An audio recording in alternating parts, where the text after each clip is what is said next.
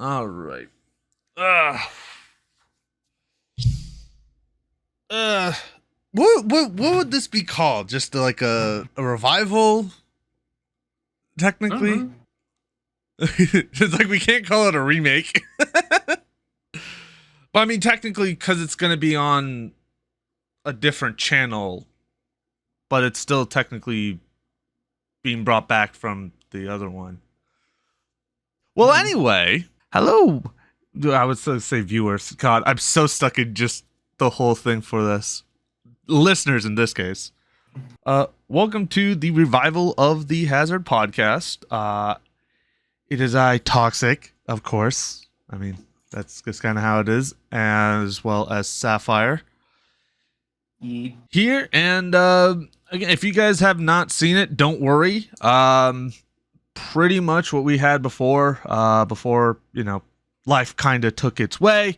We were just talking about entertainment stuff, gaming, movies, films, TV shows, and all that stuff. But yeah, now we're bringing it back, and it's going to be here on this channel, just to kind of give some sort of, more stuff for you guys to check out. Depending on how this, how we go from here and kind of what happens with the news cycle and all that for that stuff. Actually, there's a lot going on right now, at least within like the past month. Just on just the basis of like 3 major events going on. But, this is going to be something that's going on, that's going to be coming here.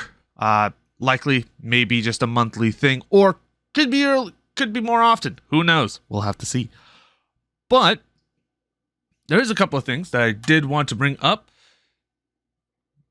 A lot of which is based off of big corporations, because yay! Some things are good, some things are bad, and I'm all for all of it. So the first thing is, let's talk about one thing that I think everyone has kind of already seen. Microsoft being allowed to buy Activision Blizzard within the US. Word came down earlier this month, I think, last week at this point? Something like that. That the FTC has been denied the injunction that has prevented Activision Blizzard from being acquired by Microsoft. Not only that, the FTC also has their appeal denied. So as long as everything in the UK gets sorted out fairly quickly, Microsoft will acquire Activision Blizzard without any contest. And a lot of people have been always saying like, oh, this is such a bad thing. I personally think that's a great thing. Because one, Activision Blizzard is going to be definitely more in check. Hopefully. And second, more stuff's coming to Game Pass. Yeah.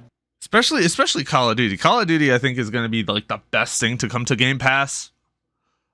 Just because of the fact of, one, we get access to older Call of Duties. And not only that, because they're going to be on Game Pass, online lobbies are actually going to be populated. It's going to be just so nice.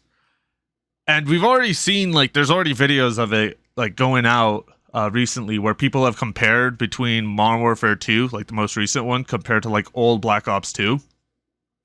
As well as, like, older Call of Duties, like, Black Ops 1, Modern Warfare 2, at least on the, the 2009 version. Some of the servers are still up and running, but, like, not many people have access to those. But we're also seeing it on the remake for COD 4. They're showing a lot more activity than they have seen in a long time, which is just great. Because I still think that back then it had one of the best multiplayer experiences. And also, not only that, another thing that I think is a very positive thing is that we also have a potential of bringing old IPs being revived, which is going to be great. I mean, granted, it's still just a pipe dream, just hoping for it, but, I wouldn't mind seeing a Blur 2 coming back, just a, hey, interesting announcement. Or better yet, Blur on Game Pass. If that can be done, I would be so happy. I think it would be just so much activity to that, and it's going to be great. But what would you say on that one? I think it's a bit of a complicated issue, right? Because Activision, I think Microsoft winning is both a positive and a negative, in the sense that the FTC, which is an organization that is supposed to be stopping corporations from having too big of a monopoly, has now just lost possibly one of the biggest lost the battle to stop one of the biggest acquisitions we've seen in years, even bigger than what Disney's tried to do. And for them to lose that now brings into question, what is the point of the FTC? Yeah, it also doesn't help that they're going to be having their budget cut. It shows how weak the FTC is. It's an embarrassment for them. And I think that's one negative that I don't think people kind of realize. Like, there's the FTC. Like, as much as their arguments were stupid against Microsoft, because most of their arguments basically just boiled down to defending Sony instead of the consumer, the FTC was technically in the right in going against Microsoft here, but they lost the battle because they don't know what the fuck they're doing. Yeah, that is definitely something of a main highlight. This entire situation has exposed how incompetent, idiotic, and just unbelievable the people at the FTC are. I think this also kind of is brought back into question. I think when it comes down to it, you're 100% right. The FTC is supposed to be working for the small guy, but when we really if you look at the arguments and everything around it, it is facing, it's like Xbox versus Sony. Like, that's essentially, if you boil down the whole argument, and it's all about Call of Duty. That's where their main focus was. And it doesn't make sense for it to just be like, oh yeah, here is this part where, oh yeah, we're gonna make this antitrust case, like, we're gonna stick it to Microsoft. They're a multi-trillion-dollar company at this point. But instead of sticking it to them, we're just going to focus on one small aspect of it. We're gonna focus down on it and essentially show favoritism to Sony. Essentially, that is basically the reason why they lost, because they just kept showing favoritism. Like, the problem is that if they didn't show favoritism, like, don't get me wrong, like, it was going to be a hard fight for the FTC, just because Xbox essentially had literally had simulated a fucking Grandmaster chess when it came to this acquisition, and already laid out guidelines like, oh yeah, we're going to have 10-year deals with Nintendo, with Sony, with other companies, so that they can access all these IPs. We're not going to keep this exclusive. And also, the problem is that because the FTC was showing so much favoritism to Sony, it essentially was just a shoo-in for Microsoft to say, yeah, you're saying that we're going to prevent it from Sony, but we have allowed them access to a lot of our IPs, and they have more companies, more developing game companies exclusive to just the PlayStation. Not even just PlayStation and PC. Yeah, they're recently opening up to the PC, but it's still the fact that it's exclusively. Well, here's the thing, right? A lot of people have come to the realization that Sony is opening up to PC not because they wanted to, but because they needed to. Yeah, and the reason for this is because logically, The Last of Us 2 and Horizon Zero Dawn did not do as great as people thought they did. Because here's the thing, right? They each cost about 220 million just to make them alone for their budgets. Horizon made sold like 8 point something copies. Let's just assume 9 million because I don't remember the exact, like 8.5 or 8.6. I'm gonna go with 9 million. Yeah. I mean, let's see if we can bring up the amount that was made for Horizon Zero Dawn. We're gonna do this right now because why not? I mean, it's a great, like, don't get me wrong, it is a good game. I still want to play through it on my own to just give it like a 100%, like, this is it. But let me see here if I can get the... Yeah, estimated budget of over 45 million pounds. No, sorry, 45 million. Yeah, 45 million British pounds sterling, which is about right. It sold 8.4 million copies for Horizon Forbidden West, right? Yeah. So multiply that times 6. Let's assume that it is indeed the 60 million, right?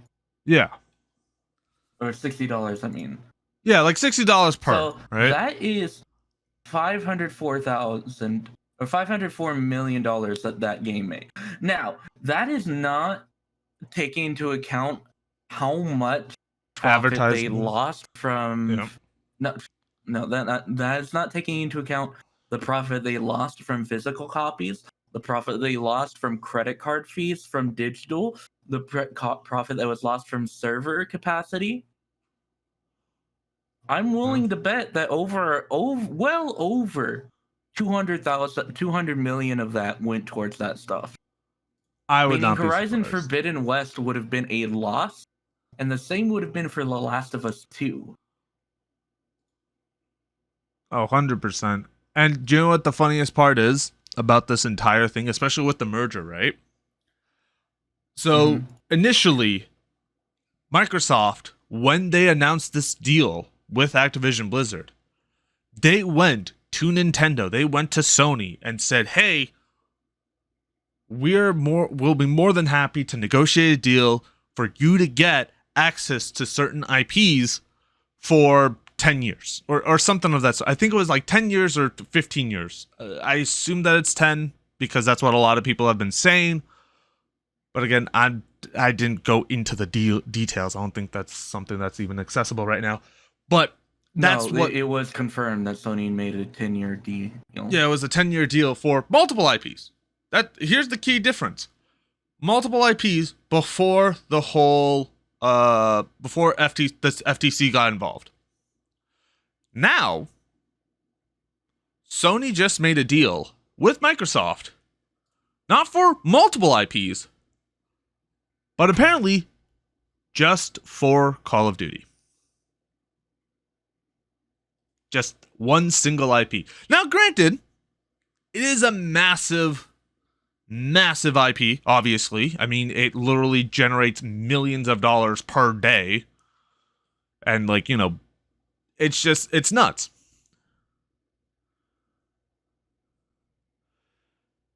But the one thing is that I think Sony would have walked away with a better deal if they had just agreed to the original deal. Yeah. Now, instead, Microsoft has the one up on them.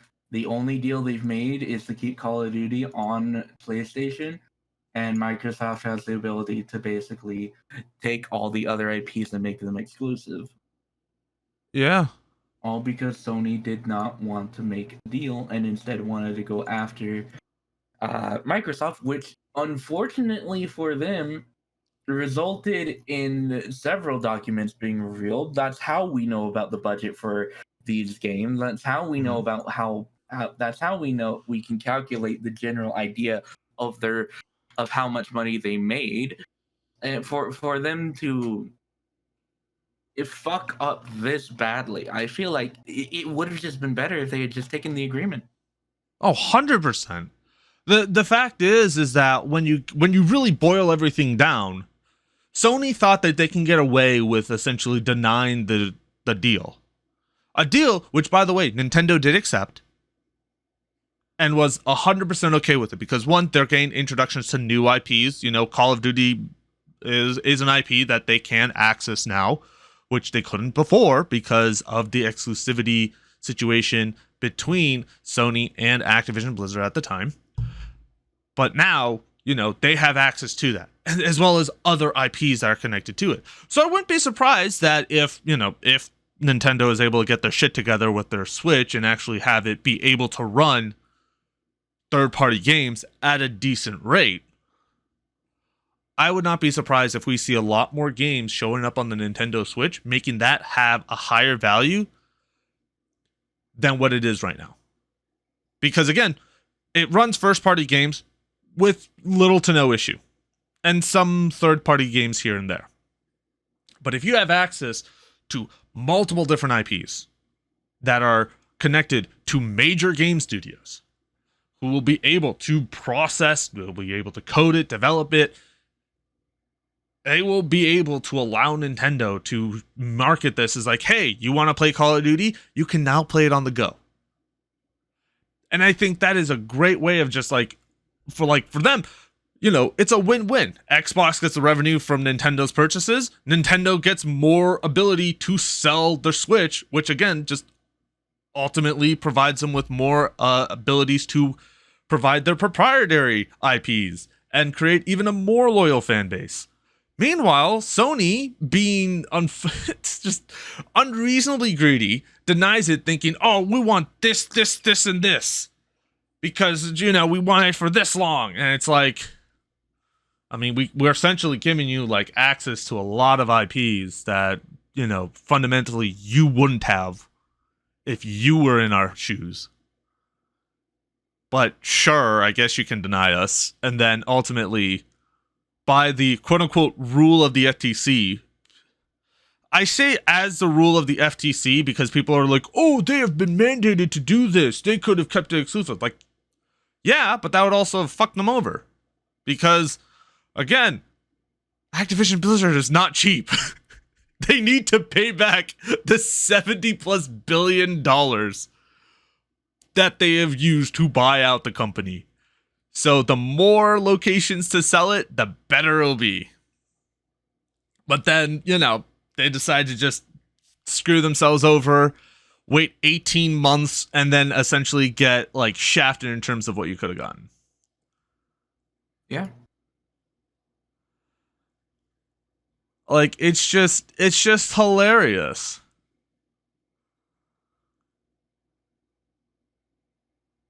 And I love the fact that people are always going to be still like fanboying over it. Where it's like, yay, that's great. Like, don't get me wrong. I obviously personally, I have my bias. I think more cash injection into Activision Blizzard can have a potential of a lot of IP revivals. I hope, you know.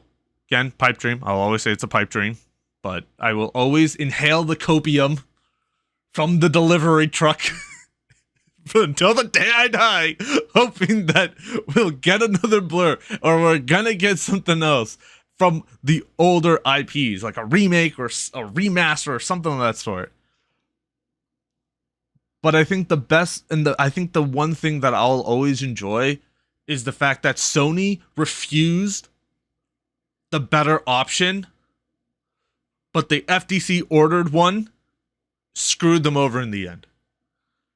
Just off of the basis and off the principle that they were like, yeah, we're just not going to, like, we can't do anything about this. Like, we made the guidelines for it, Sony. Here you go. This is what they have to mandate. And Phil Spencer's like, well, that's what they mandated. They never said anything else. Here you go. So ultimately, in the end, the what's it called? Sony lost big time. The FTC essentially was just shamed out of existence. And the problem is that just like what you said, the FTC is now seen as is either like a super incompetent governmental body that's supposed to be managing and preventing anti-competition deals, because essentially what happened was the biggest acquisition in the gaming space ever, which does do a lot, because that does reduce the amount under independent ownership, because again, competition is good. Regardless of me saying yay to Microsoft, competition is good. That's what we ultimately want. But it not only is like, it shows how not only how incompetent the FTC is, but also how easily biased that like the opposition can make the FTC look. Just because of how easy it is to essentially focus it down on one aspect that can easily be purported to be, oh yeah, this is likely something because of Sony, or this is because of some X party that's connected to this. Mm-hmm. And I think that is just like the worst situation possible when it comes down to it.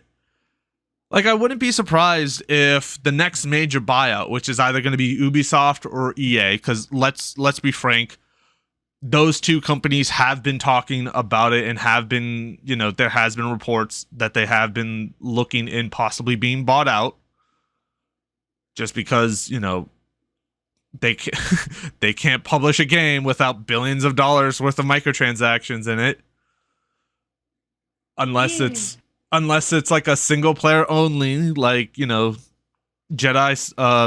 Fallen Order, and even then there's still microtransaction for cosmetics. It's still just a fact of like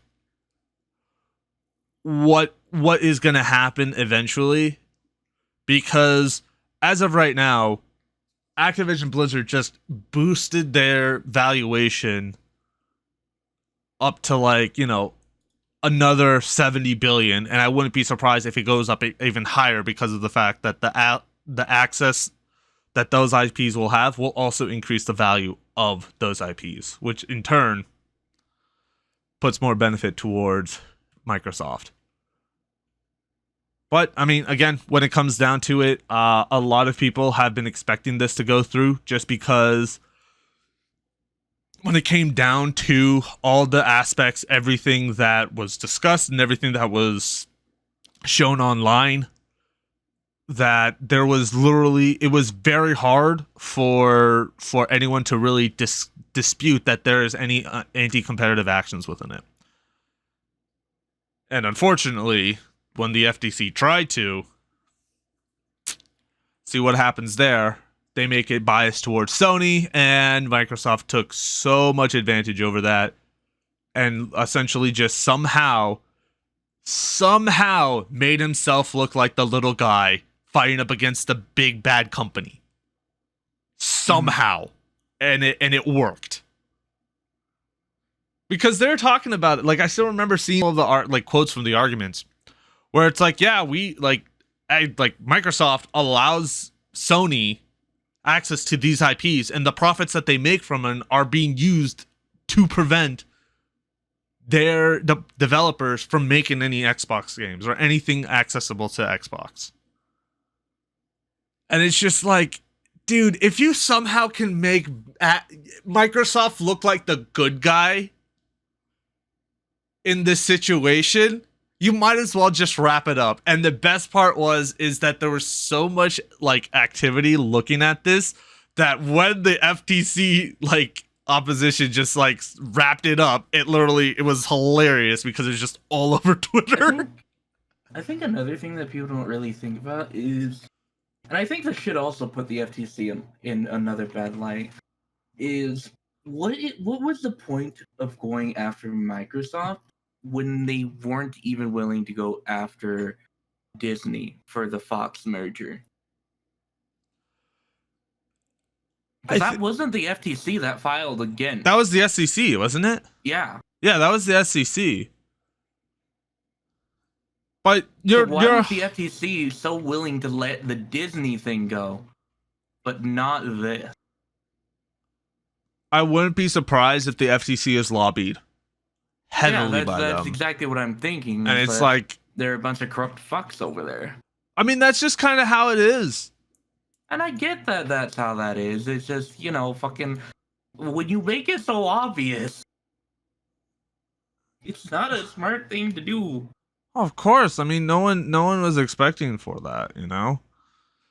Like, again, like, as of right now, like, as of 2 hours ago, Microsoft has confirmed to The Verge that Sony's 10-year Call of Duty deal is limited to just COD. Microsoft originally offered to keep existing Activision console titles on Sony. So, that is Diablo 4, if I remember correctly, was also on PlayStation. It is on PlayStation. Yeah, until 2027. Then there is a possibility for it to be taken down from taken away from access. There's also Overwatch 2. That's another major title. And there's also a ton of other titles for that. StarCraft. Yep. World of Warcraft. Now they can put that on console and keep it off of PlayStation. Yep.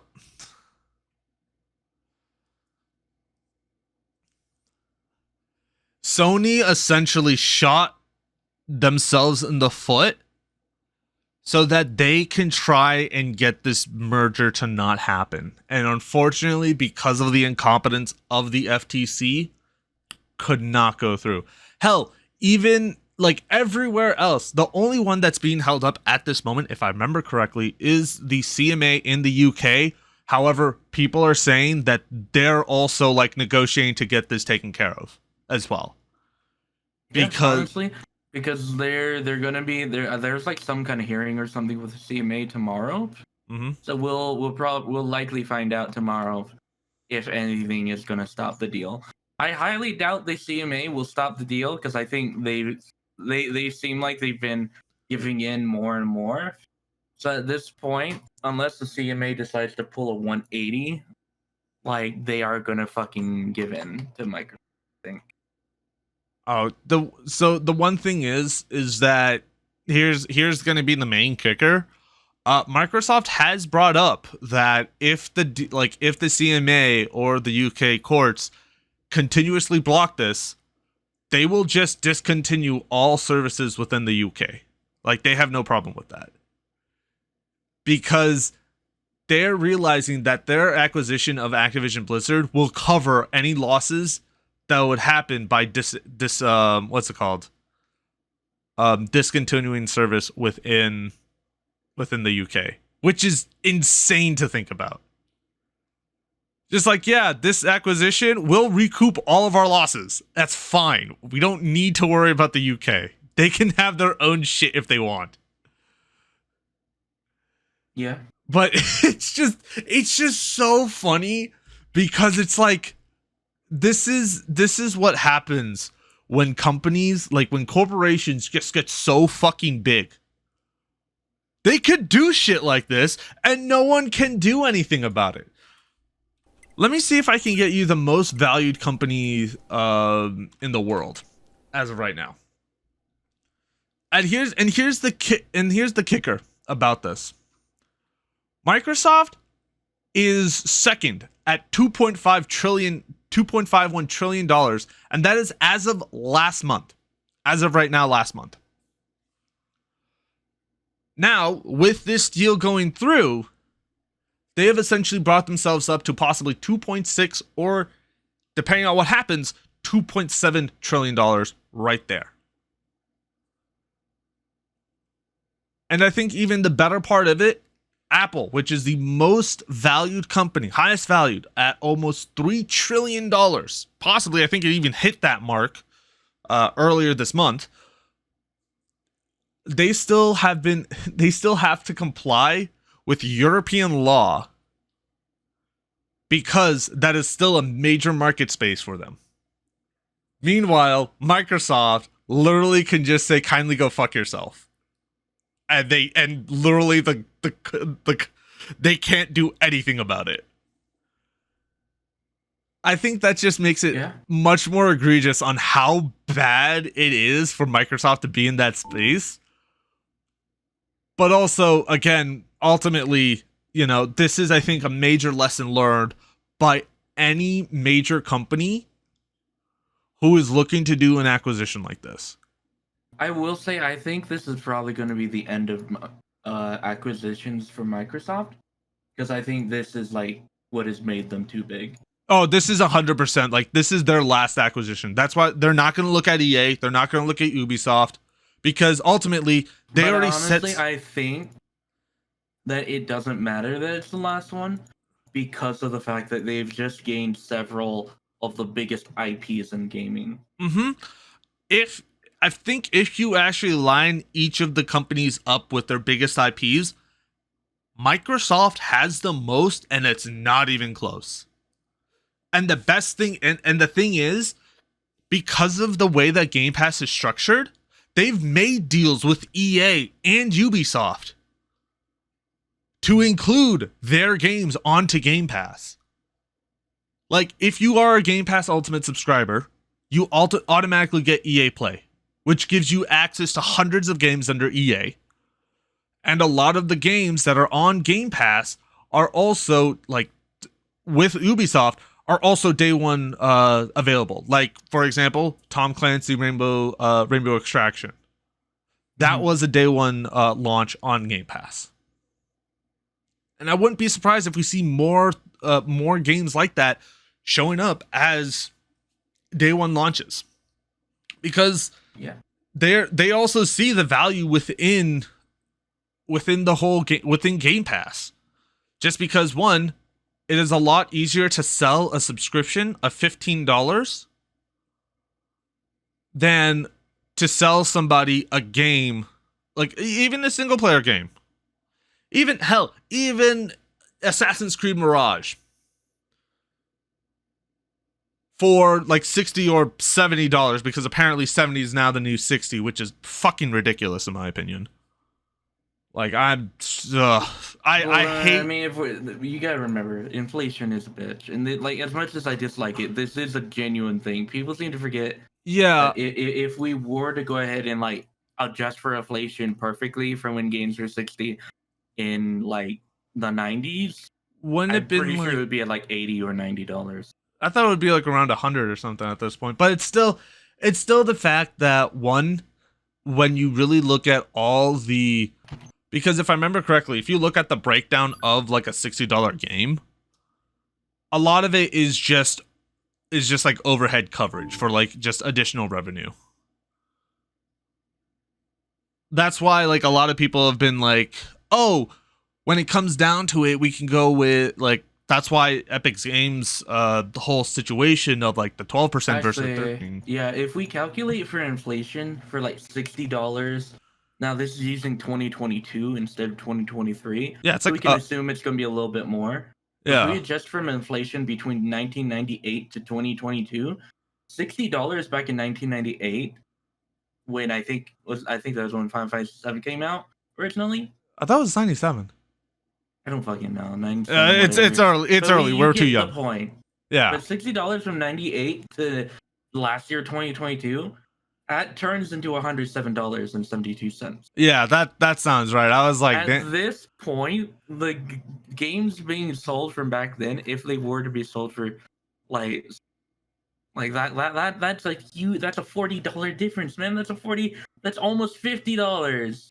Yeah, the thing is, I don't like the fact that games are getting more expensive, but like, it's honestly not that surprising that it's finally happening after well over 2 decades of not adjusting the price. Yeah, no, 100%. It is not surprising to me that it's happening. Is it shitty and does it suck for the consumer? Yeah, but is it surprising? No. Yeah, I mean, hell, we've seen like massive. I think at some point this was going to happen regardless of whether people liked it. Oh, 100%. That's why it's going to be so much easier for Xbox to sell Game Pass now. Yeah.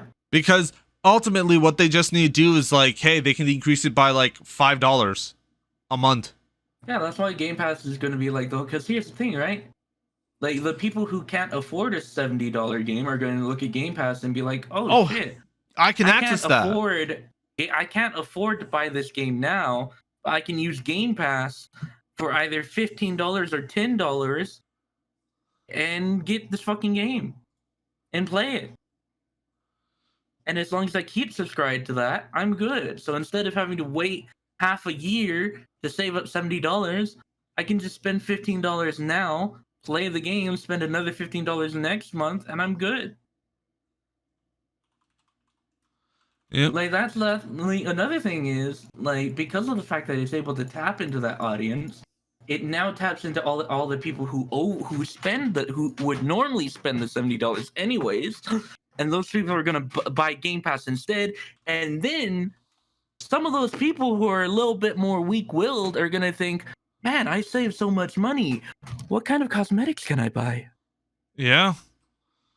And then starts the cycle of them getting addicted to buying cosmetics from the Call of Duty store, from the World of Warcraft store, from Diablo, from Overwatch. And then it becomes another And then form people of addiction. wonder, "Oh, how is Microsoft getting their money back?" All of Activision Blizzard's cash shops, honestly. Oh, 100%.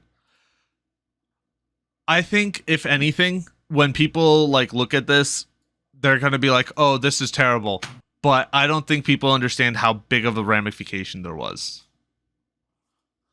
That's like the one thing when it comes down to it. And I think that is something that people will realize way too late. Oh yeah, no, definitely. Because when it comes down to those type of situations, there's so many things for that.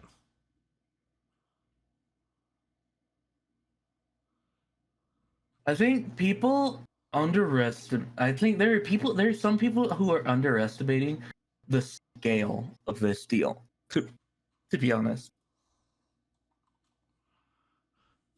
I think the problem is that people are looking at this at a very, very like immediate situation. Because here's the thing when it comes down to it. The fact is that this is $70, right? Let's see on average how much monthly cost, how much you know, the monthly revenue from Call of Duty, right? Let's let's look at this like here right now. Just straight up. Average revenue is around $20 million a month. A month. Where times it can be up to 40 million. So let's even that out. Let's average it. Let's say it's 30 million, right? 30 million. So 30 million per month. And that's on average $360 million. man. Now, let's extend that out for 10 years. They already recouped half of their amount just based off of a single IP revenue. And here's the even better part. This is all based off of Call of Duty Mobile that I gave you the numbers. Yeah, that's not including like Warzone or anything, right? Not including Warzone, not including anything else. To give you an idea, Call of Duty back in 2022, actually little over a year to this point, hits $30 billion in revenue. $30 billion for, at this point, a 3-year-old game mode. It's massive. Actually, no, sorry, 2-year-old. Because I forgot Warzone came out like midway through 2020. Because it is holy fucking shit. Like, it's still just so much money being dropped. Yeah. Like, 30 billion off of in 2 years. 2 years, $30 billion. Literally, if you extend that out for the 10-year plan, they've not only made their money back in 5 years, but they're gonna get extra revenue from that. Yeah. It's hilarious on like when you really look at you can't help but laugh just on how ridiculous everything is when it comes down to it. And I think the one part is, and I think this is the only part, like if they actually looked at the possible ramifications for acquisition of Call of Duty, for the acquisition of any of these games, like all these IPs combined is significantly more than the $75 million that not 75 million, $75 billion that Microsoft is purchasing the company for. Yeah. Like, it is nuts when it comes down to that.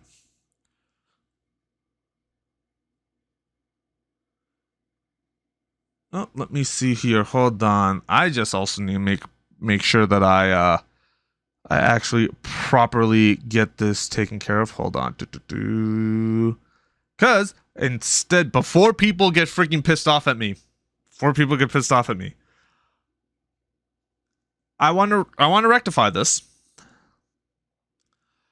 It is from 2003 to 2022. $30 billion. That being said,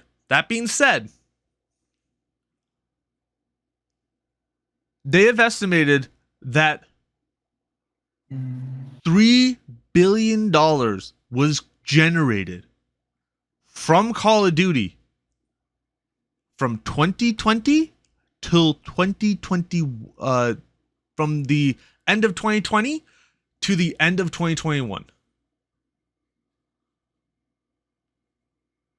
$3 billion in a single year.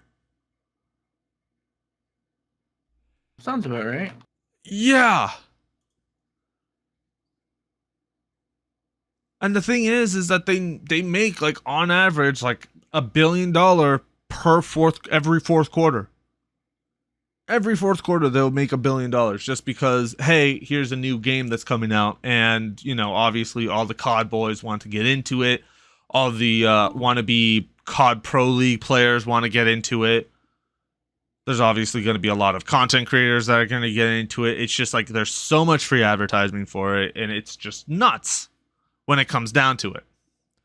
So, like, congratulations, FTC. You have not only made yourself look like the laughingstock for possibly this entire generation, but you have single-handedly caused a potential domino effect that will impact the gaming space, and potentially not only just the gaming space, possibly the entertainment space in total for decades to come. And to Sony, stop trying to be greedy.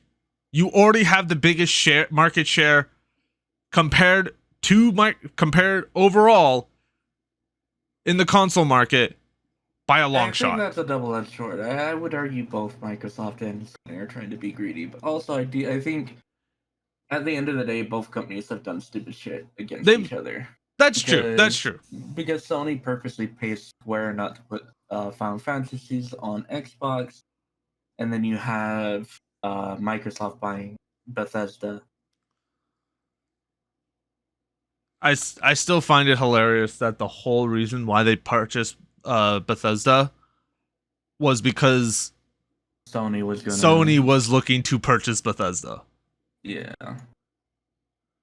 That was an interesting revelation that Sony was going to buy Bethesda.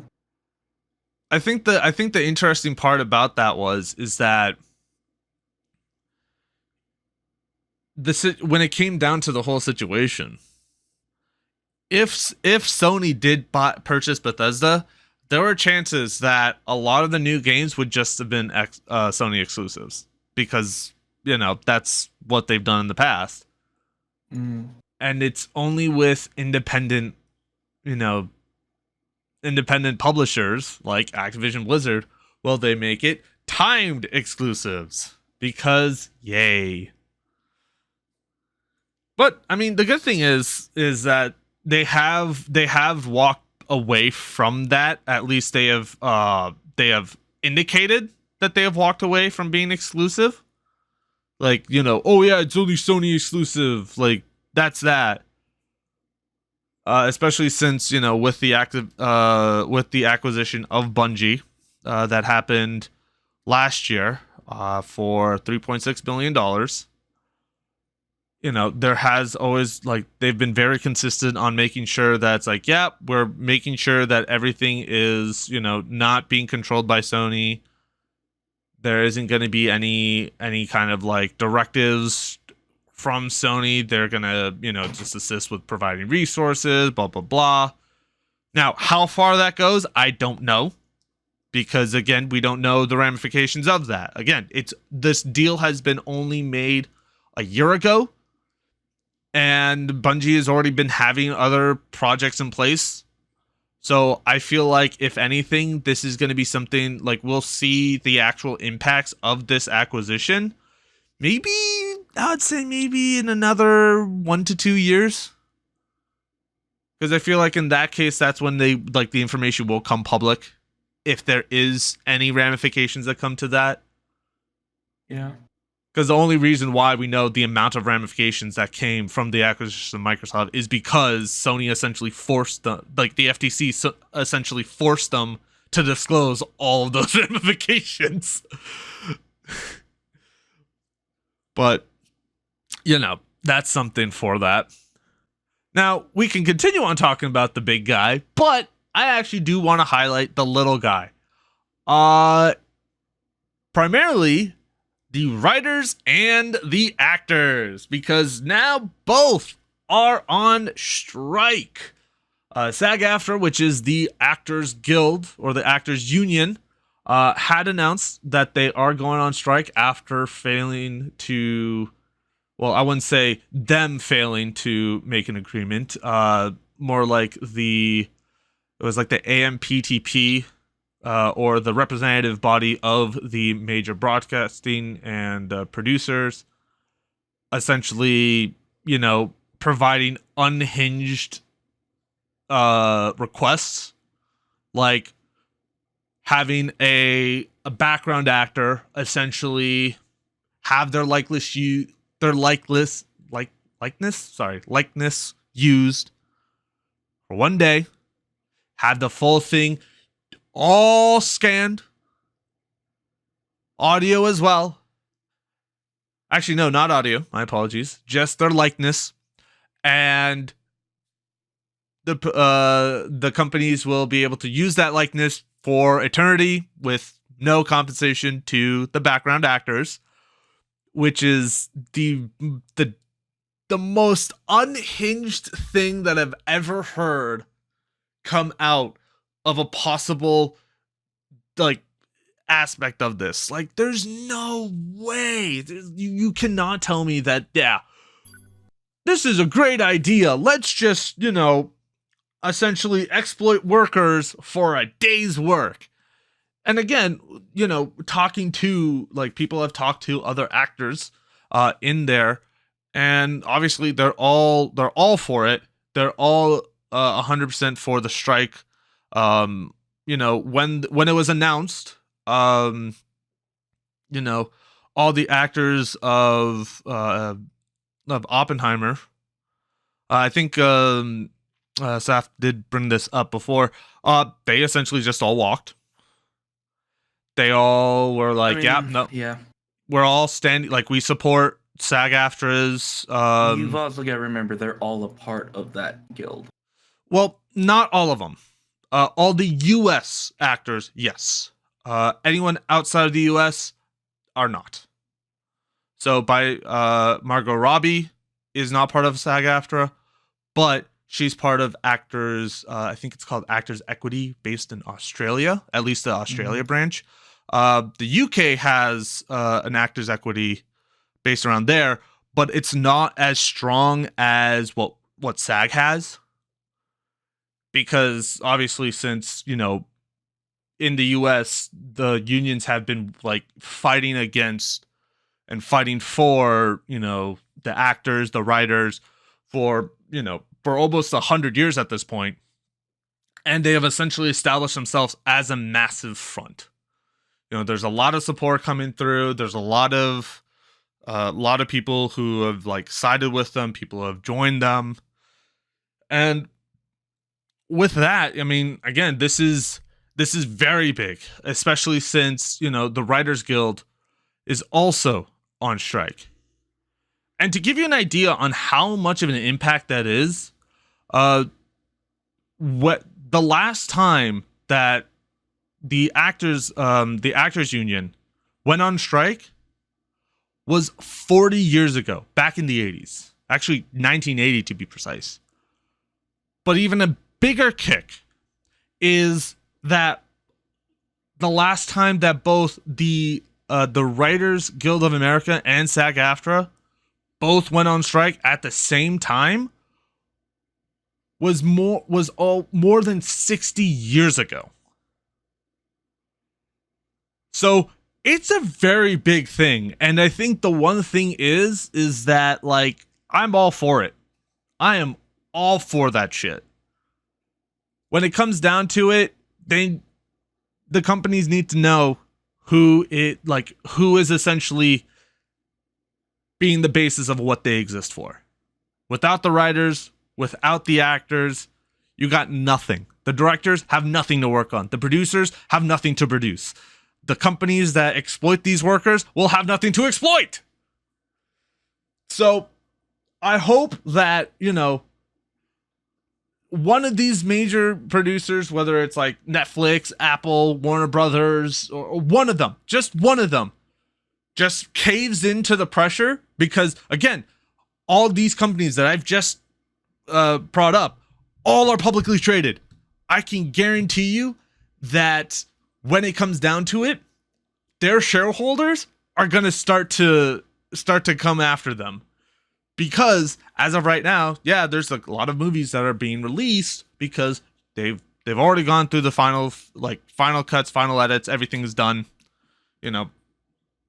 But a lot of movies that are supposed to come out, that are in the works, have stopped. Just everyone has just, like, you know, the actors all walked out. There's no writers, so they can't do rewrites to change who they can bring in for acting. They can't do a lot of the stuff that they would have been able to do. And the last time that, you know, writers have gone on strike, we had essentially possibly what? Wasn't it like one of the worst times for movies because they were all like subpar? Or they were just like badly written? It's a debatable thing because, like, even though the movies were badly written, because what we got was Quantum of Solace and Transformers Revenge of the Fallen. What unfortunately came out of that was that studios realized they could just make bad movies and get a lot of money, and that is why Transformers 3, 4, and 5 exist. Oh, right. I forgot about those. Oh, God. Oh, I hated that. But I think the one thing is that which is kind of funny because, like, Bond kind of went in a weird way because the next movie that came out after Quantum was Skyfall, arguably one of the best movies that has ever existed in the Bond franchise. Very true. Only for them to then drop in quality with Spectre and No Time to Die. We're gonna just end off on Skyfall because that's kind of where. I mean, I think No Time to Die is fairly okay. I thought it was good overall. I still need to watch that. I definitely think it's a drop down in quality from Skyfall, but I think it's an okay movie. I still need to watch No Time to Die. I've just never been able to find like an opportunity to watch it. But I mean, that's kind of how it is for like a lot of the movies and a lot of the stuff that it's like, oh yeah, it's on the back burner, and I just like never touch it. I mean, like hell, for a while, I wanted to watch Top Gun Maverick when it came out, but like I said before, it was a pain in the butt to really like find the time, or at least find a moment where it's like, yeah, I want to watch it and I have the time. Luckily, my dad was also watching it. Like he just started watching it, and I was like, oh, I'm down. I'm gonna watch it. And this was like, I think maybe like almost a year after it came out. So, yeah. Like it says a lot. But I think the one thing is that there's just the people are just like aren't realizing how fucking stupid the execs are. Actually, no, I think they definitely are realizing how stupid the execs are, because there was one quote from an anonymous exec who essentially told I think it was Hollywood Deadline, which people have their concerns about, but that's besides the point. That the end game is to allow things to drag on until union members start losing their apartments and losing their houses. There is no fucking shot that you would want to say that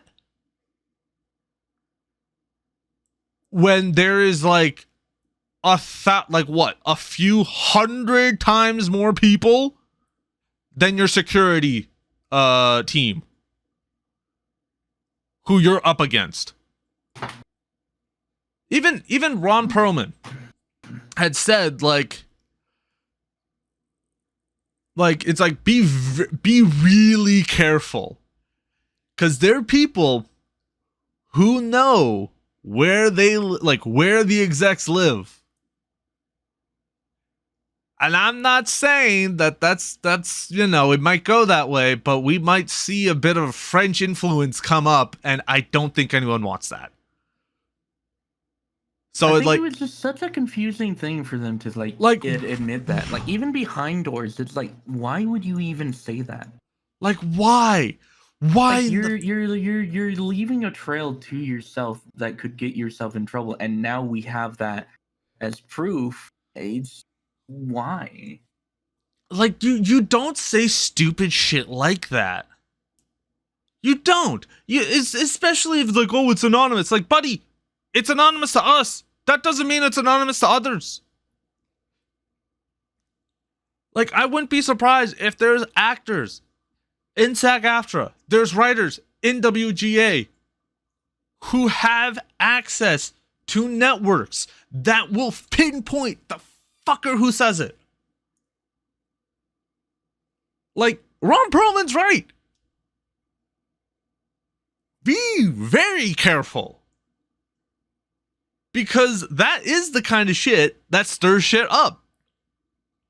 His words, verbatim, and I agree with them. You do not do that. Like, I feel so bad for these writers, for these actors. And people are like, and obviously people are gonna be like, oh, but the super popular ones, like, why are they gonna do it? They don't make any money. It's like, you realize that the reason why they're at that spot is because SAG AFTRA literally gave them that ability to get to there. People also don't realize that a lot of the actors that they think make money don't make as much money as they think they do. They don't. There's people who will make. Here's the thing. I forget who the actress was. There's an actress who plays a role on a TV show regularly that talked about how, like, yeah, I may make this amount of money per year, but the reality is a portion of that goes to taxes, a portion of that goes to me moving all over the place in order to keep up with filming, another portion of that goes to my agent, another portion of that goes to this, and she's spreading out, and she's like, at the end of the day, I barely have money to spend on myself because of how much money I'm spending on other things. Yeah, like, that's the reality. Yeah. A lot of actors that people will say, like, oh, they have this and that. I'm like, on one hand, I can definitely understand where that comes from, but also there is definitely some ignorance when it comes to understanding how actors and their daily lives work with how they get their jobs and the money that they spend in order to get those jobs. Because I think people don't realize that like acting's not just, oh hey, guy shows up to rehearse some lines and act them out and then they get a paycheck and go the fuck home. It's not like that. It's never like that. Because here's the one thing when it comes down to it. When you look at everything that it is, each actor is essentially their own business. That is their entire situation. The agent, that's their marketing team. That's the one who's trying to get them those goals. Those are the ones that are trying to show how valuable it is to invest in that actor. Not only that, they also are the management for the operations. They're also working with logistics as well, making sure that they're able to get to those locations on time. There's also security measures in place. You know, again, that person is a business. That person is a brand. That person is an identity that is worth a decent amount. And, you know, that's kind of the whole thing when it comes down to it, because when you really look at it, and this is also the same thing for people like me on YouTube and people who stream and people who just make content. Like, for someone like me who is small, you know, like Saf and I, we're small. You know, we don't make anything from this. This is something that we're passionate about. This is a hobby for us. Would we love to have this as a job? 100%. Because essentially it's not going to be work for us. I mean, granted, there's always going to be stuff that's going to happen that's going to go through that. But we're doing this on our own, you know, and we're not doing like much for this. We don't live off of this. We each have our own independent 9-to-5s, you know. And so like this is just a side thing, this is a hobby. But if this becomes like a, you know, something that is our full-time thing, I can guarantee you the amount of stress that happens and the amount of stress that comes from this would skyrocket. Because again, you will see it from other YouTube creators. They will be so desperate to push out videos that work that they will start to get anxiety. There's so many creators, so many major creators that are like, yeah, there's been points where I felt like I should have quit because it was just so like, you know, it was just so like there's so much stress involved. There's so much anxiety. It's like, oh, why is this not working? Oh, why is this going on? And a lot of the times when it comes down to it, it's also, you know, how much are they going to get from it? And again, to give you an idea on how much of an importance this is, when it comes to SAG AFTRA, SAG AFTRA essentially helps the background actors become the main actors. And that little detail of the whole thing that I brought up, the whole like taking the likeness of AI of a background actor and using it for eternity with no compensation is fucking sickening, because essentially that just takes out that situation.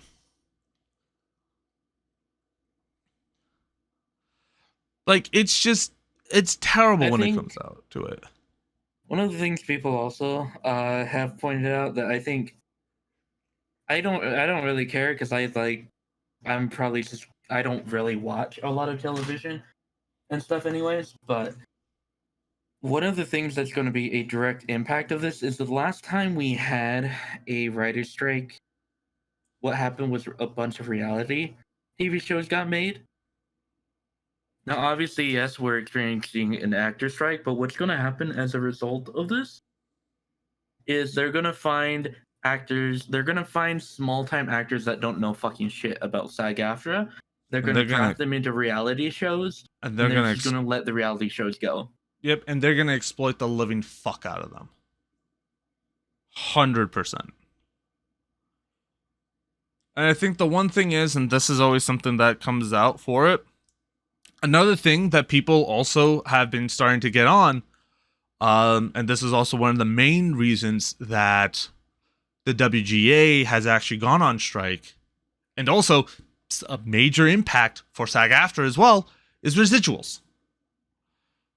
And if you don't know what residuals are, because we're now in this day of streaming, back before, you know, Netflix became Netflix of what it is, you have your main cable set box, and you're able to watch shows on television at like, 8 p.m. or 7 p.m. whenever they come on. And the number of people who watch on television will impact on how much you get for per show. Like, for example, Friends, one of the most well-known sitcoms that have happened in the late 90s and early 2000s. By the last season, by their final season of the series, each person was making at least $1 million per episode. But the thing is that was the whole anticipation was, oh, this was only going to be something that will be like shown on TV, and then the only way else that you can see is if you buy a VHS tape or, a DVD. I don't even know if they sold them on DVDs at that point. It's like so fucking old. But now you have all these different streaming sites that were never considered during the original agreements that were made. And a lot of actors have also brought that up. Like the fact that one that was very big, and I think that it was something that we also covered like a long time ago, where we had, Scarlett Johansson voicing concerns because the same day that the movie came out in theaters, it also came out on Disney Plus. And here's the kicker, she only gets the benefits from the theater, not from Disney Plus. So essentially what that is that say, 50% watches on Disney Plus, 50% watches on the, goes into a theater. And overall makes $100 million. I think something needs to be said about the Disney Plus stuff, because Disney Plus is confusing to me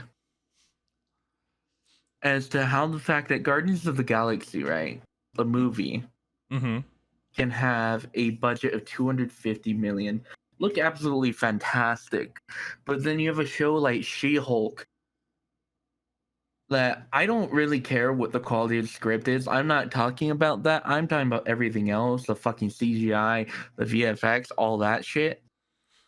Why does this shit look so fucking bad when it only has a budget that's $25 million less than Guardians 3?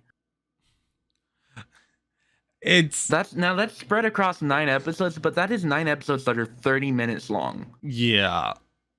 Like it I don't know. Like here's one thing when it comes down to it. Where's that budget going to? Because it's not the show. It's all the cast. Nah, I think I wouldn't be surprised if it's just to the fucking marketing team. Because here's the one thing when it comes down to it. It's just, there's just so much shit when it comes to like making shows and all that. But also it's the fact of like, what the fuck was even trying to be done? I still remember watching, I don't even think I finished it. I think I only got up to 6 episodes and said, nope, I'm done. I don't want to deal with this anymore. Like, it was just so bad. Because it looked out of place. It looked very, like, obviously CGI. Like, it was, like, to the point where I was like, did they just, like, bring in a college student to do this? And, like, I'm looking back, I'm looking at, yeah, like you said before, Guardians of the Galaxy. Hell, we can even go back to the original Avengers. Like, we look at those major movies, those huge titles that had much less advanced technology than now. And they look amazing. You know Andor? Yeah. You know, like, how that's a, like, 12 episode first season or something like that, I think? Was it 12? I thought it was 8, but... Let me check. I need to check. No, it was 12 episodes. Okay. You realize that has a budget of $250 million? The same budget as Guardians 3, right? Only $25 more million than She-Hulk. Yeah. And yet it somehow manages to look so fucking much better than She-Hulk, even though it's spread across 12 episodes that are all fucking like 40 to 50 minutes long. I think How is this show that is longer in length for each episode has only 25 million more to its budget, able to look better. I can tell you right now, and it's about the people that they bring in, because I can guarantee. There's also another factor to it, right? And I think they need to start doing this more. Andor is actually filmed on an actual fucking set and goes to actual locations, while the rest of their fucking garbage shows are done on this stupid fucking shit set thing that they created specifically for the Mandalorian that they decided to use for every single fucking show that has a projector in the background that they now just use for all their stuff. And you just literally just answered the question right there. Because I can guarantee Why are we wasting money on that when you can just go do what Andor did and get a much... In fact, I'm willing to bet if you fucking did what Andor did with filming on location and going out, you'd probably end up spending less money than you did on She-Hulk. Because that's $250 million for 12 episodes versus She-Hulk's $225 for 9. I love when we get into this because you'll see how fucking heated we get. Because here's even something even fucking I'm very curious. I'm gonna look up a budget for one of the shows real quick. Go for it. Because here's also another thing that I will always find it fucking hilarious to me. So if you guys have heard of Lord of the Rings, first off, if you haven't, I highly recommend you read that, because essentially that is something that what Tolkien made essentially created what the fantasy genre is. It is the foundation. It is just the best work of art written down that I've read. There might be some hyperbole and then exaggeration, but it's still just the point. It is a highly favorably looked at work, and I will 100% always advocate for it until the end of time. Now, back to what I was saying. So the movies were all on, if I remember correctly, it was all in New Zealand. If I remember correctly, they were all shot in New Zealand on site for like 90% of it. And again, this was a movie, this was a movie series that was made back in the early 2000s. Early 2000s. To give you an idea, the first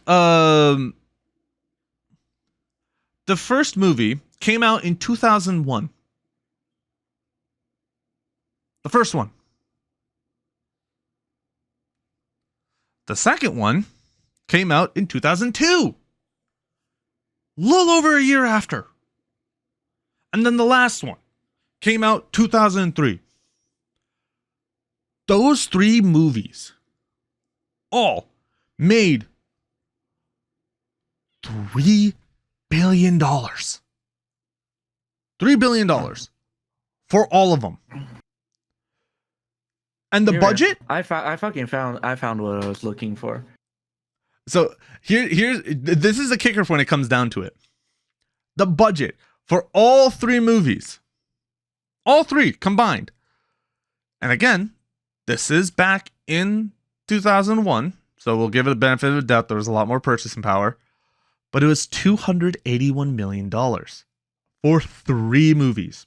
Now, if we take that up to inflation, if we bring that into inflation, right?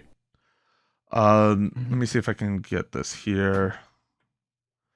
There we go. So let's say in 2003, right? Let's go with 2003 just because it is close to that time.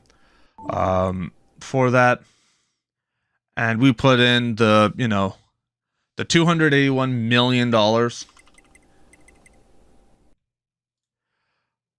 That would have been $466 million. $466 million. It sounds like a lot. But again, like I said, this is based off of all three movies combined. Is little under half, like under twice the amount of a single movie.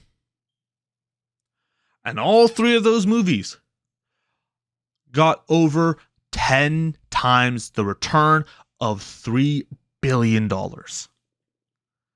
And if we want to toss that into the calculation, I think we already know what's happening on that one.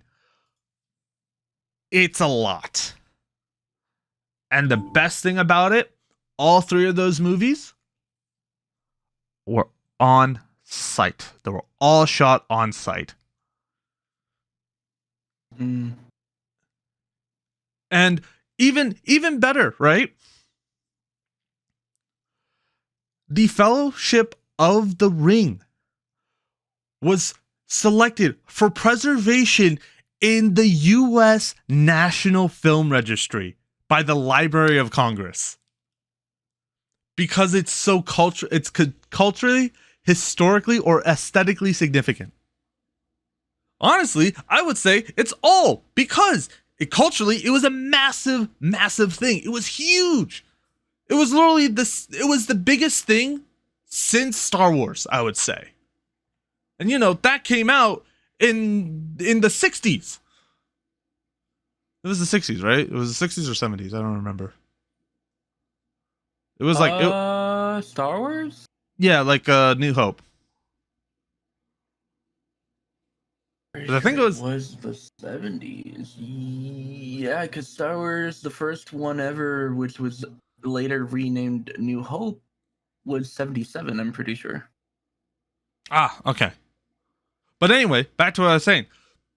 A 30-year difference between the two. Like that's a big thing. That's huge. And again, so when it comes down to it, they all were on site. All were on site. All had massive, showing. It was great. It helped essentially like Peter Jackson, like it established his name as somebody who can make a good film. He was brought back for The Hobbit too. Like that Hobbit series, he was in there for it. They also had, he also made a lot of other well-known movies. Yeah. So it's like he did a lot. I mean, hell, he did what's it called? He also worked with there could have been a game under his directive too. But, that fell through at in 2009. So that was that, but it's still very big when it comes down to it. But I feel like at this point, when it comes down to like all the freaking technology and all that stuff, like if anything, if you can shoot it on site, shoot it on site, dude. You save money, you save time. You focus more on actual things that matter. And it will detract from the fucking cringy ass like story that is created. And the acting. Another thing that bothers me about these movies, right? Like, so they have these weird budgets that don't make sense. These shows have these weird budgets, and then these movies make a fuck ton of money, right?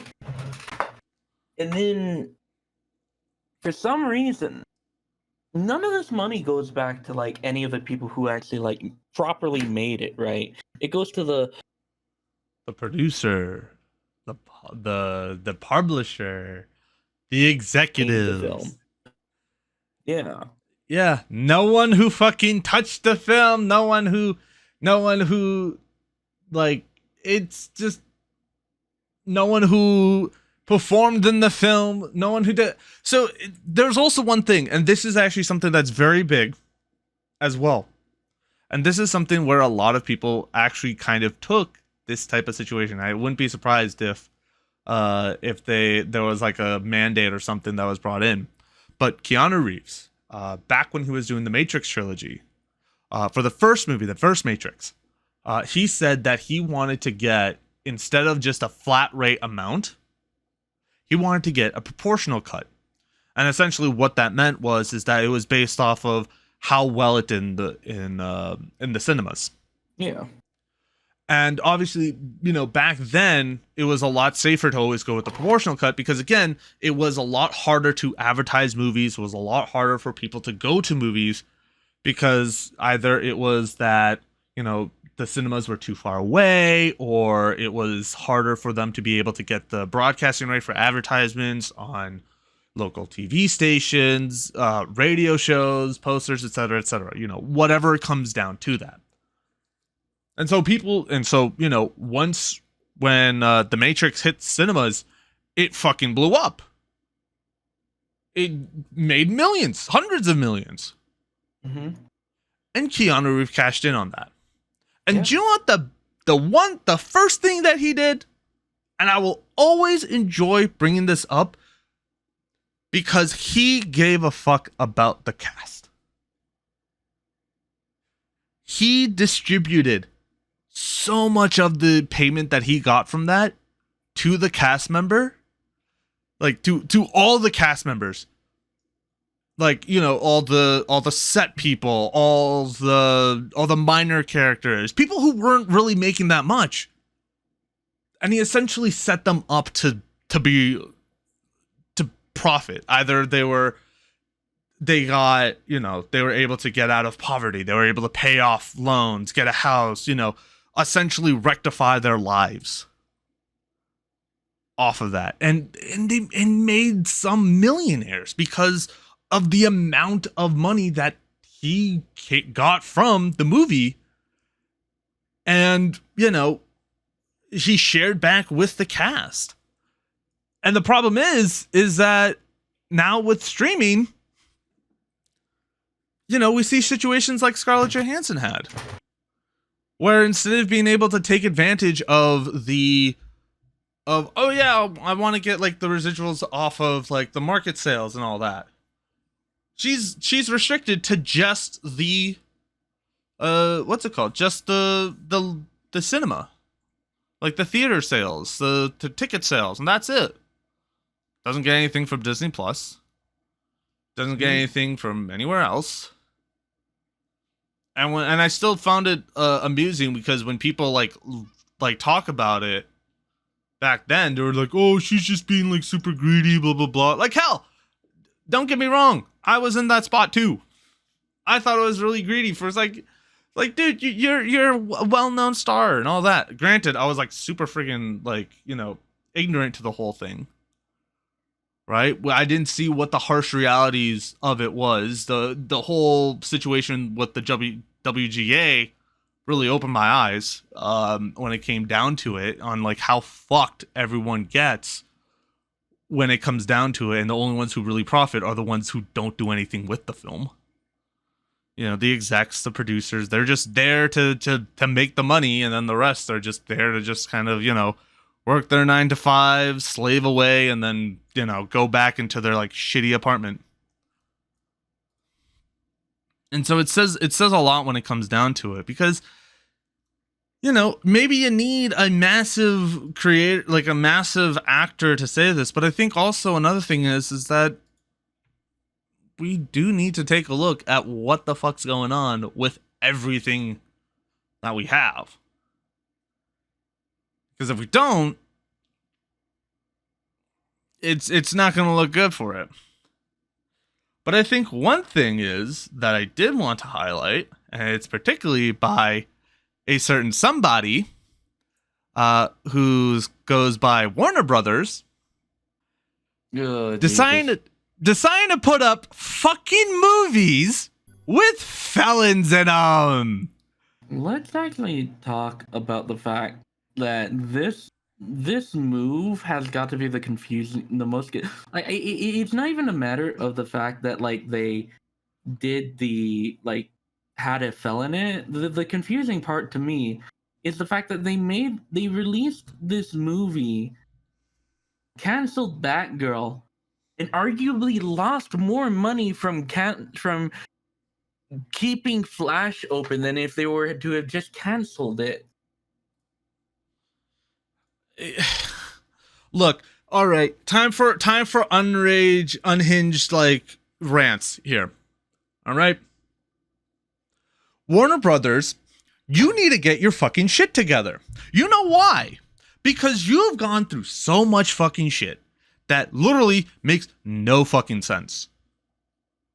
There was a huge action against, with Johnny Depp and Amber Heard. And then we find out that Amber Heard was also an abuser. But guess what? We're going to keep her in, and we're going to keep her acting.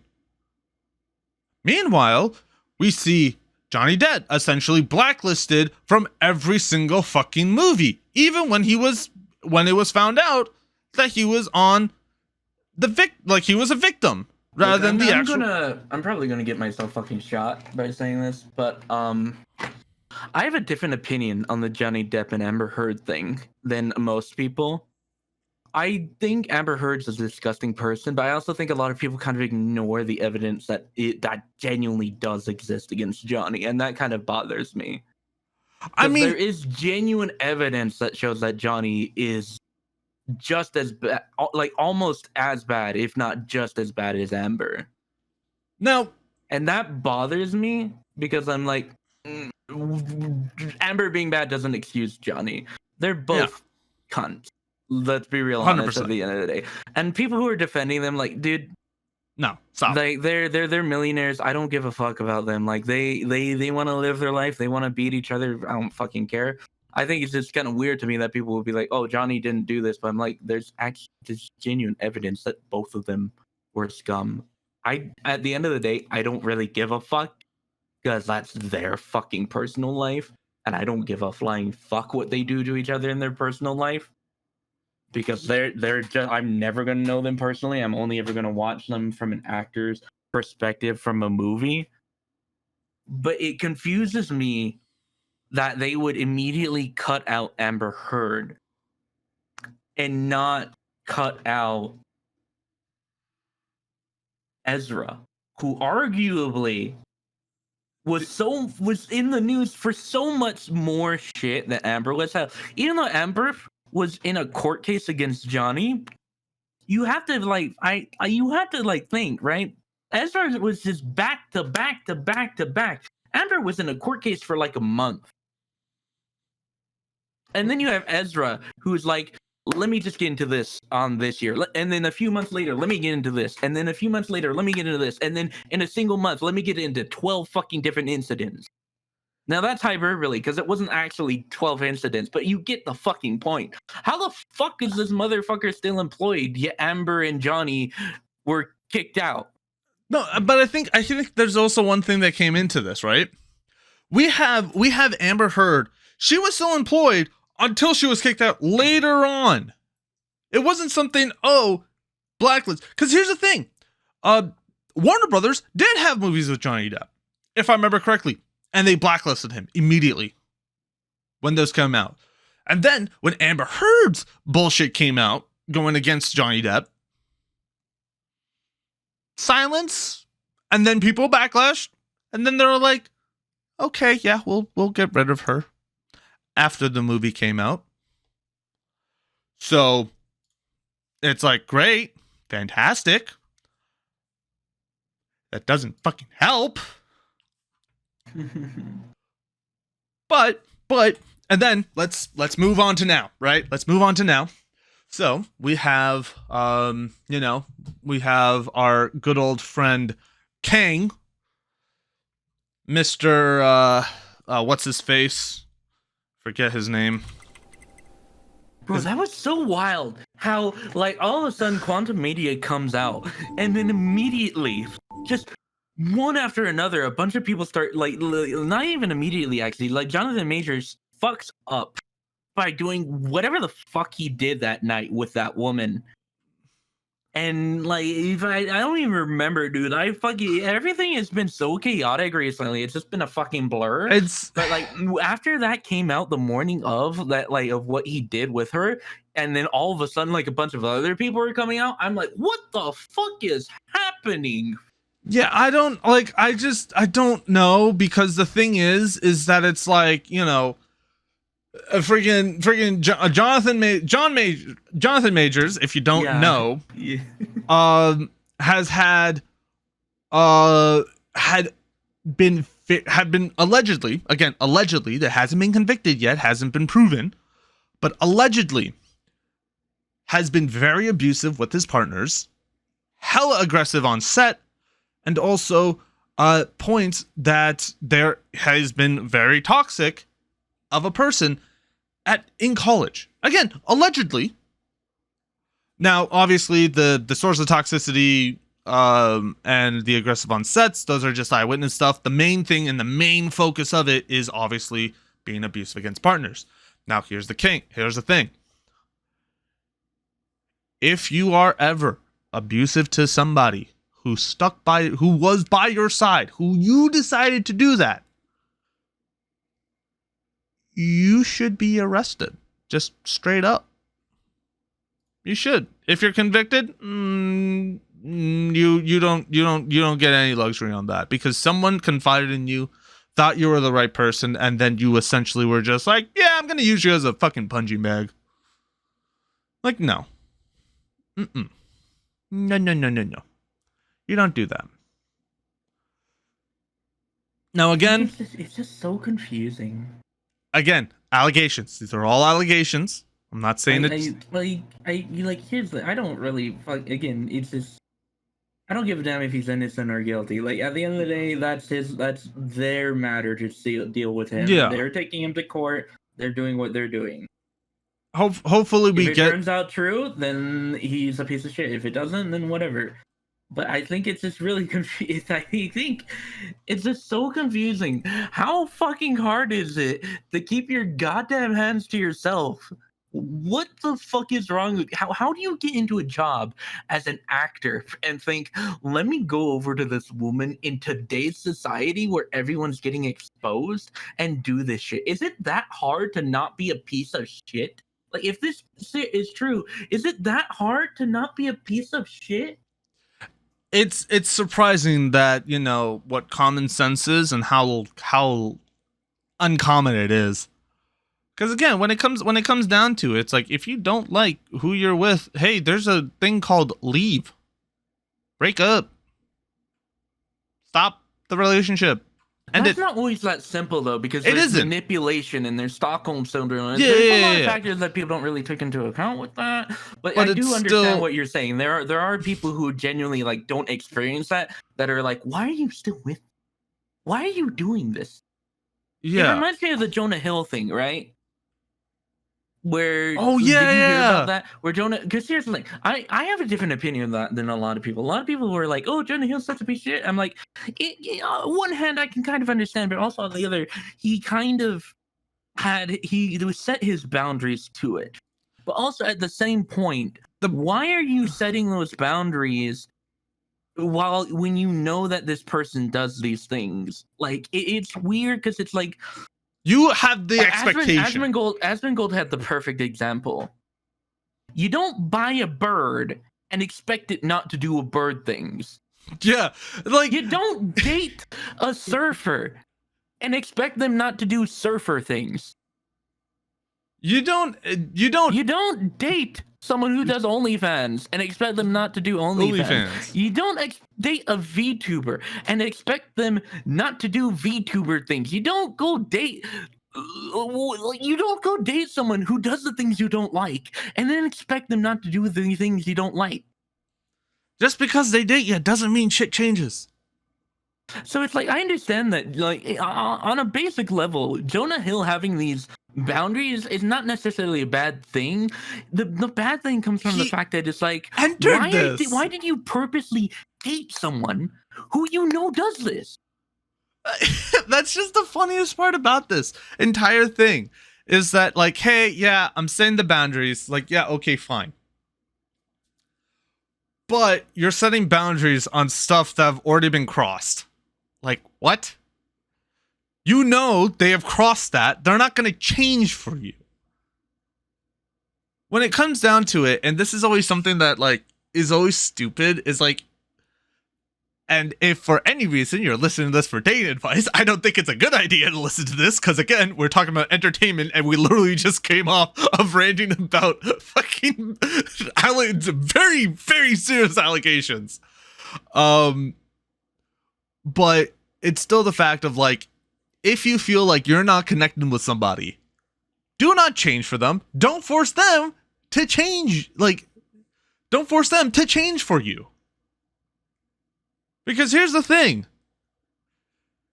Just because, like, you know, your puzzle piece doesn't fit with one puzzle piece doesn't mean that you have to change your piece. Your piece may fit with another puzzle altogether. Same with the other person. You know, that's what it is. Sure, there's some things. Also, on the other hand, if this guy had been, because she leaked a lot of DMs of Jonah, right? If he's been doing this for a while, why did you not just not only communicate with him that you were not going to be doing that, but also not break up with him? Why are you purposely staying with him when he's done this several times? Like, this isn't Stockholm Syndrome. Because of it that doesn't money. look like that at the very least. Another thing that's confusing to me is, like, a lot of these things are just her giving one-word responses and not giving him having an actual conversation with him. At least from the screenshots that were released, I'm like, well, maybe he is genuinely abusive in, like, messages after or something. But from what I got from that, it was really just him trying to set his boundaries and make her understand his boundaries. Which, on a certain level, I can definitely see how it comes across as abusive. But also at the same time, I think it's abusive back to fucking leak someone's DMs with only your perspective. Yeah. I mean, like, don't, like, I'm not going to say, like, oh, what she did was, like, right or anything. Because, again, we're just getting, like, one perspective out of this entire thing. But, that being said, when it comes down to those type of stuff, right? There has to be, like, like an expectation, and I feel like that expectation was never fucking identified at all. I think at the end of the day, they both fucking suck. No, they both are terrible at this because he is putting down fucking, like, oh yeah, I want you to be X, Y, and Z, even though you literally are doing the complete opposite of what I want you to do, and have been for literally the entire time, or, you know, for a significant amount of time. And then, not only that, but also essentially be like, okay. And that's it. Like, there's no response. There's nothing else. At one point, she replies to him saying, understood. And I'm like, that's not a conversation. that is a conversation if you're in the fucking military. And that is from a higher commanding officer to a grunt. That's it. That's where that's allowed as a conversation. You're given an order, you understood that order. That's it. Not in shit like this. Who would have thought two people who are single and are talking about video games and entertainment are giving better advice for fucking dating and communication? What confuses me, right, is that people take only her side, and I'm just like, it's kind of split, I guess. It is split. Taking one side instead of, like, understanding that both are in the wrong and both of them should have communicated. It's like, bro, she's a fucking idiot. He's a fucking idiot. They're both fucking idiots. I mean, that's kind of like what 90% of the fucking group is like, which side of the idiot do you want to be on? Which is a lesser evil? Unfortunately, that's kind of what it boils down to. Now, my main thing is, and this is something that I hate the most out of everything for this, is the fact that they just like everything. Because here's the thing: it's not, oh yeah, let's deal with this in private. Let's go find somebody and talk with them to discuss this. like normal human fucking beings should. To be fair to Jonah, he was not the one that leaked the DMs. No, but that's what I'm saying though. It's that it's not his fault that they're leaked. It's the fact that they were leaked in the first place. Like, she didn't think, maybe I should go and have couples therapy with Jonah, and then maybe we can try and get some stuff hashed out. Like, she's clearly uncomfortable with him. Exactly. And honey, if you're doing OnlyFans, trust me, money ain't something that you're fucking crying about. Like, what was she? It wasn't OnlyFans she was doing. I don't think. I think it was just her being a freaking young 20-year-old socialite or some shit like that. I don't fucking know. I like saw the fucking like the shitstorm and I'm just like, okay, whatever, dude, I don't care. Like that's what it was. That's all it was. But it's still the She's fact. a pro surfer and model. Yeah. So it's like, why are She's you just dating a doing model? her job. Why are you dating a model and getting mad at her for doing her job? Like, here's the thing. This is always funny that when it comes down to it, it's just like, if I was dating a model, I wouldn't be like, hey, stop modeling. It's just like, yeah, she's a model. Guess what? You watch her, I freaking tap that. Like, fuck you. I got the better option here.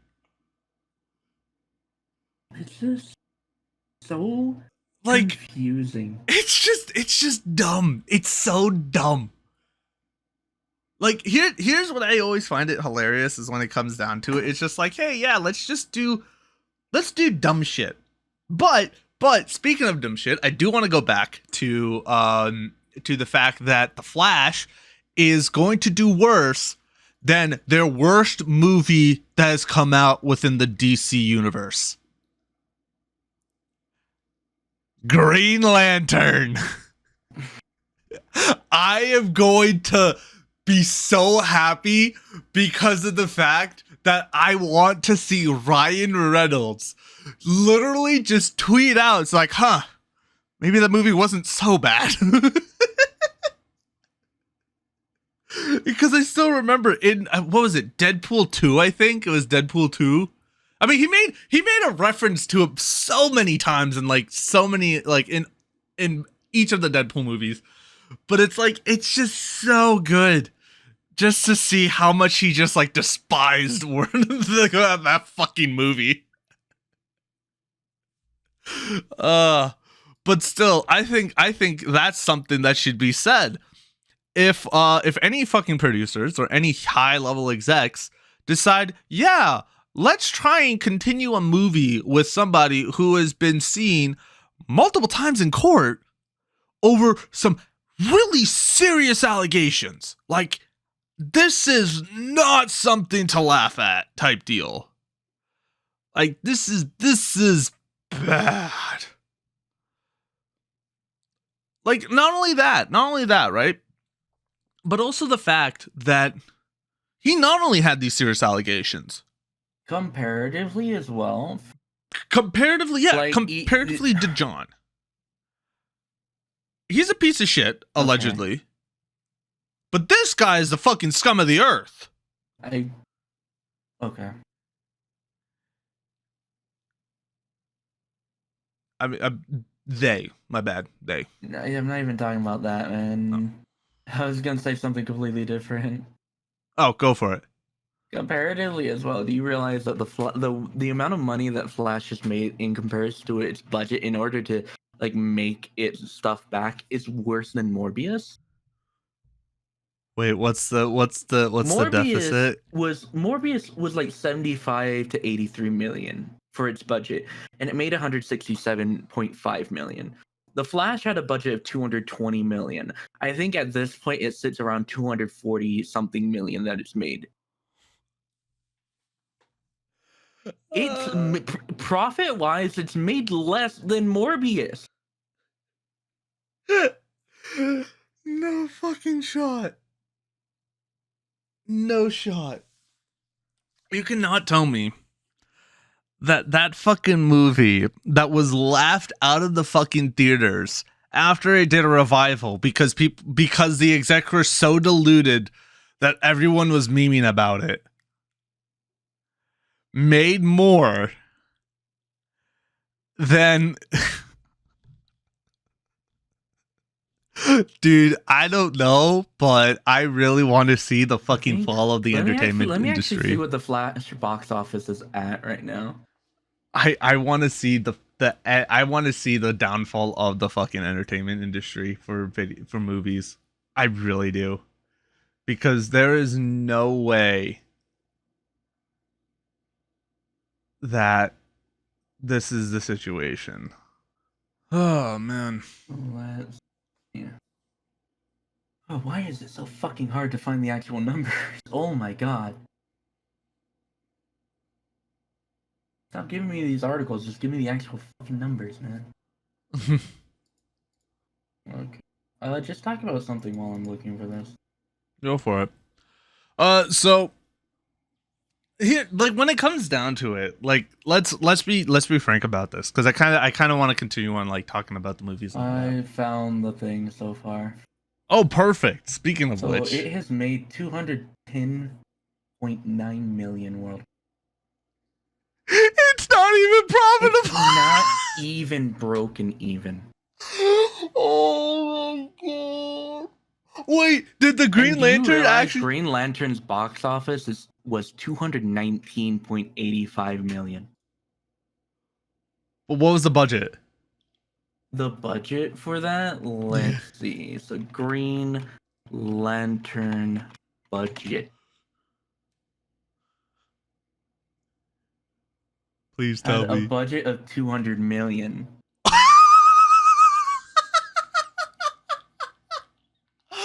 Bro, the worst fucking movie to come out of DC made more money than The Flash.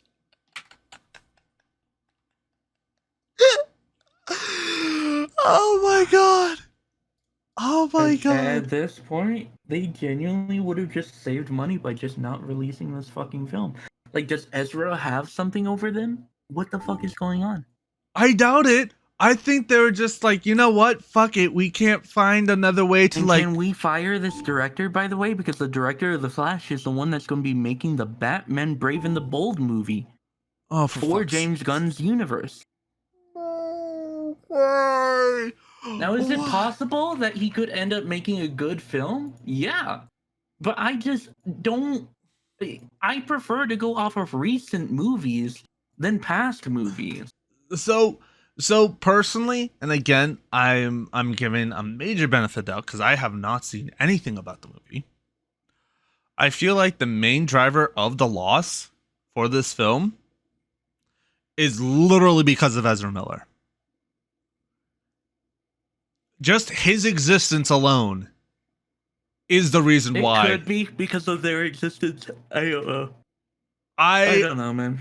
I just as a apparently when it came down to it, I've seen screenshots of it. Apparently the CG is like so bad. Oh no, I've seen like clips that people have uploaded from like their shitty like pirated shit. I'm like, bro, who the fuck greenlit this awful Marvel level CGI?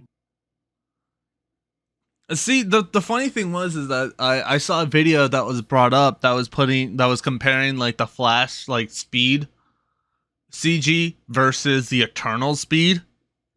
And I'm just like, man, they really just like actually did like 10 times more like effort towards showing how fast they're going on essentially a supporting character, a minor character. I mean, granted, I don't know, I didn't really care that much about the whole lore of the Eternals. They could be like a major character, but Have you seen the movie? I've seen the movie. It wasn't like something that I was like super engaged with. I was like, oh hey, Kumail Nanjiani, nice. Oh hey, Angelina Jolie.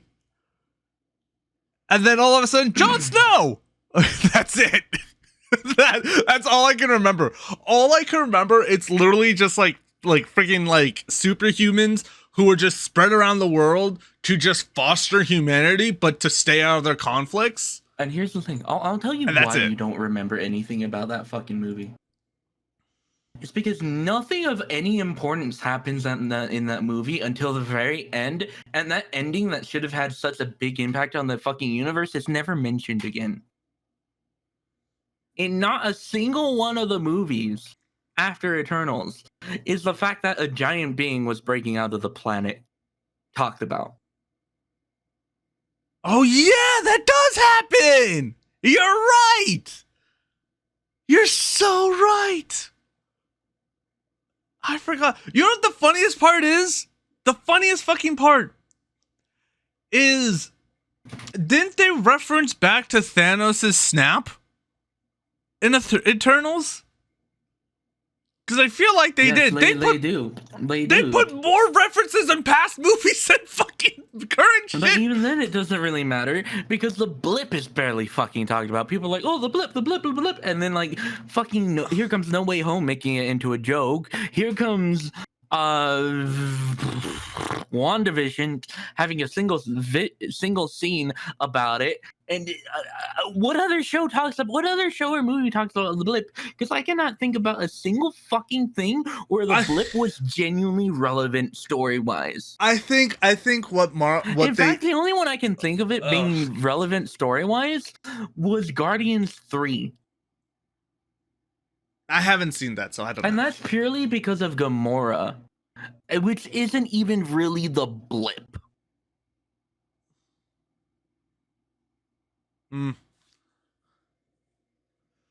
I think the one thing, I think the funniest part about this entire thing is that they did this whole massive saga for what? How many phases? It was like 3 phases, right?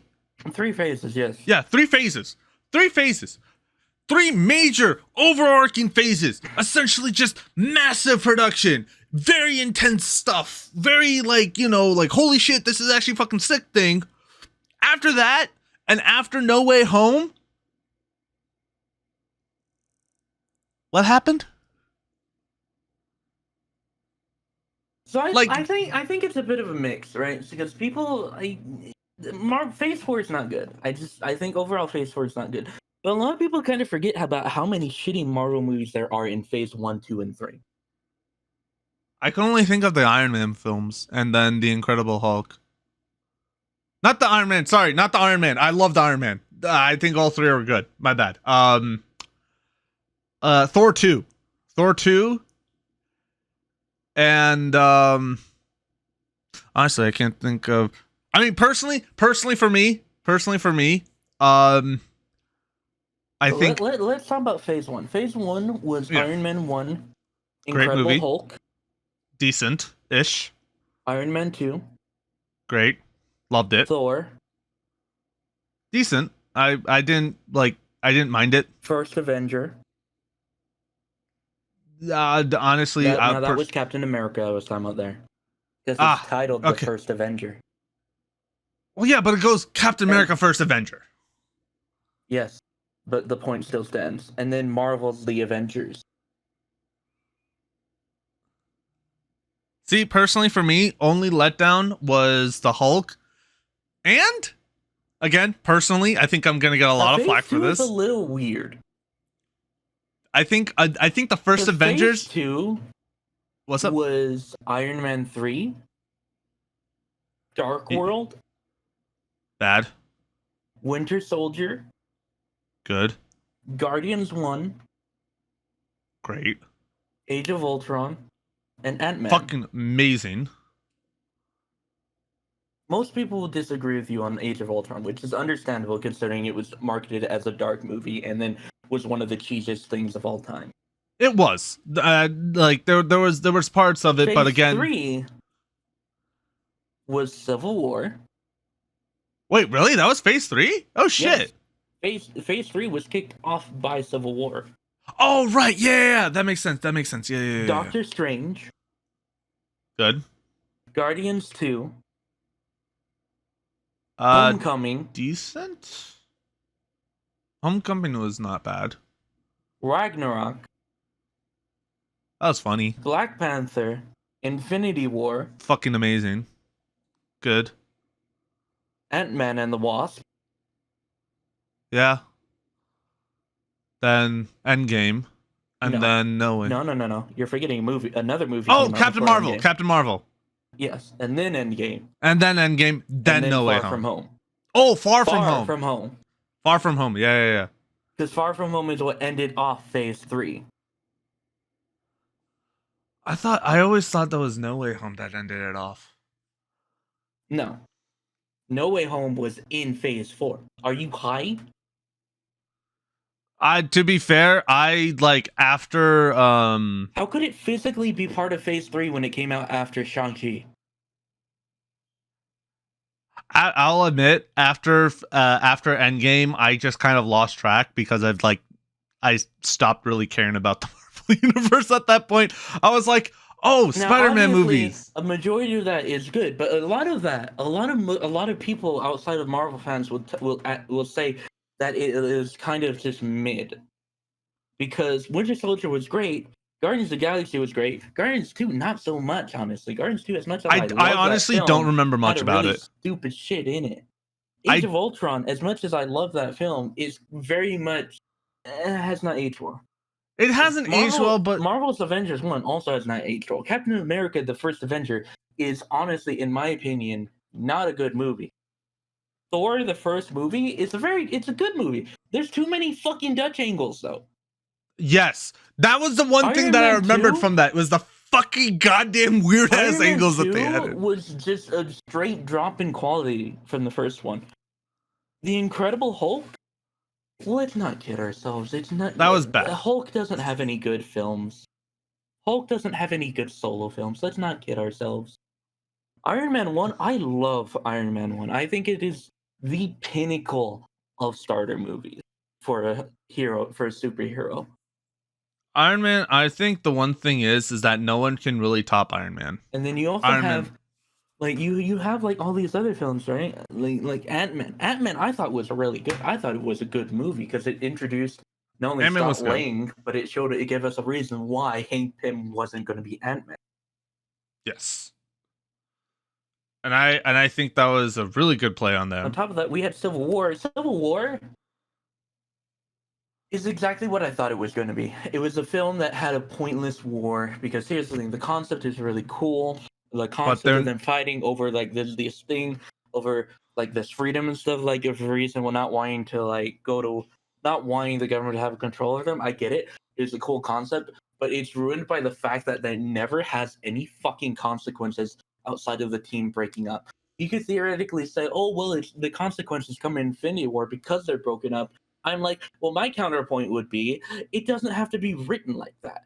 Yeah. There's no reason for this shit to have an impact. And if the only impact that it has is in Infinity War and doesn't matter in any of the other movies, it doesn't matter in Ant-Man and the Wasp 2, it doesn't matter in Doctor Strange. So, Doctor Strange took place before any of the movies in Phase 2. That's true.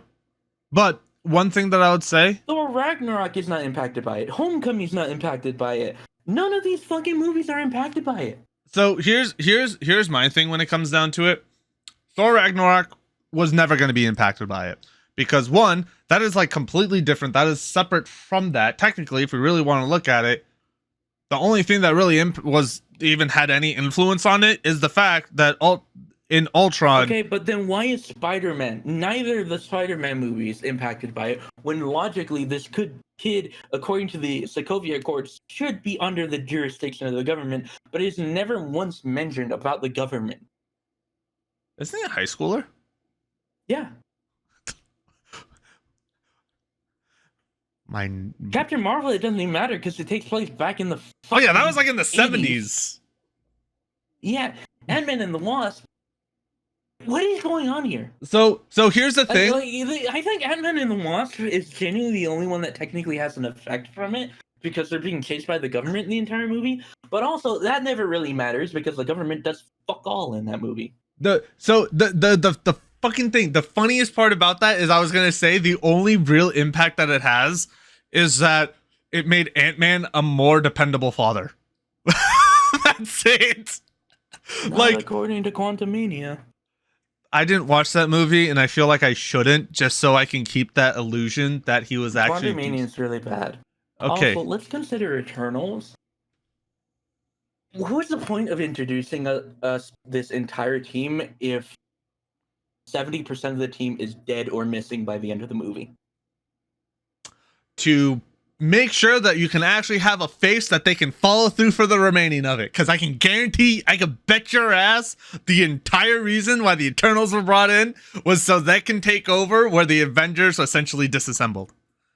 Because obviously... No one cares about the Eternals. It did fucking awful. It did! No, don't get me wrong. It was Spider-Man the worst. No Way Home, which is really, I would argue, like, even though it does coast quite a bit on nostalgia and fan service, it is arguably a good base film. And then we get Multiverse of Madness, which has a lot of cool concepts in them, but fails to execute them. We could have had John Krasinski as And then, Mr. Fantastic in his own individual movie. I'm fine with him not being it, honestly. I don't really care, to be honest. You think you didn't think he would have been? It's not a matter of like whether he'd be a good one or not. I don't think he wants to be in the movies that much. I mean, to be fair, with the quality of the movies have been recently, I don't blame him. And besides, Love and Thunder. I've heard so many questionable stuff about that. I have not. Awful movie. Awful fucking movie. Black Panther, Wakanda Forever. I can't say much about it because I haven't seen it. I know some people like it, some people don't like it. That's kind of a standard reaction to a lot of movies, it seems. But the overall reception that I got from Black Panther was that It's it was more negative than the OG Black Panther. That's what I'm assuming. Well, that was kind of to be expected, just because of the fact that T'Challa's dead in it. But well, it's not really the fact of like. I'm trying to think of other things. Quantumania. Mm-hmm. I don't understand what the point of it is when you're gonna say, "Oh, we're gonna set up our main fucking villain for the franchise in this movie," and then turn him into a joke of a character. People were saying like, "Oh, King is so good in this movie. King is so good in this movie." Then you actually watch it and you realize the actor's good. Not anymore. This character's really fucking dumb and bad. He got fucking ass kicked in this movie. How am I supposed to be worried about him in the next movie as the main villain for the Avengers when he got his fucking ass kicked? See, my main thing is, and this is also something that that was brought up with like within the friend group, because this was something because Kate, a friend of ours, she was going through all the movies recently. And she actually had a let me see if I can find it, but she actually had a very, very good take when it came to the comparison between Thanos and any other major villain. And all it was is the fact of time. That was it. It was just time. Because the one thing is that from Avengers 1, we know that Thanos existed. And he was essentially like the reason why Loki went to Earth. And then, because of his existence and because of the shit that went down in the first Avengers, and then essentially all like the PTSD and all the shit that went down with Tony Stark in Iron Man 3, brought us to Ultron. So technically, it still goes based off of the fact that Thanos, just because he hasn't even shown himself, and he could technically be linked to two major events that have happened. Well, I mean, he's shown himself in like credit scenes. And no. What I'm saying is like thing that like bothers me is that like, he's shown in Guardians 1, and this almost ruins the character. Because I think this is probably the reason why they never had him appear in the movie. unless it was a credit scene again, was in Guardians 1. He shows up and is bossing around the main villain of that movie. And then the main villain just betrays him and Thanos does fucking nothing about it. And I'm like, why am I supposed to care about Thanos? Like, back then when I saw that, I was like, why do I care about this guy again if he's just gonna let the people under him walk over him? That genuinely, as a fucking like teen, when I saw that, I was like, that almost ruined the character for me. That's valid. That is very valid on that. I think the one thing is, and this is always something when it came down to it, I think because the focus was primarily on the main villain dude, that no one really like gave a shit about the fact that he is still an underling of Thanos. Because there is like, if I go back and watch it, I'm like, wait, what the fuck? Like, I would have likely the same exact reaction to you. Is like, wait, this is the guy that essentially takes out half of the universe in a single snap, and he has this guy who's defying him. Like, what? Like, it doesn't make sense. But again, when it comes down to it, you have to also look at at the time itself, because it's not like, oh, Guardians 1 is happening like right after, like right before Avengers, like Infinity War. Like, he shows up and then after that he's like gone. He's not seen again doing anything else to any of the main villains up until we get to Infinity War.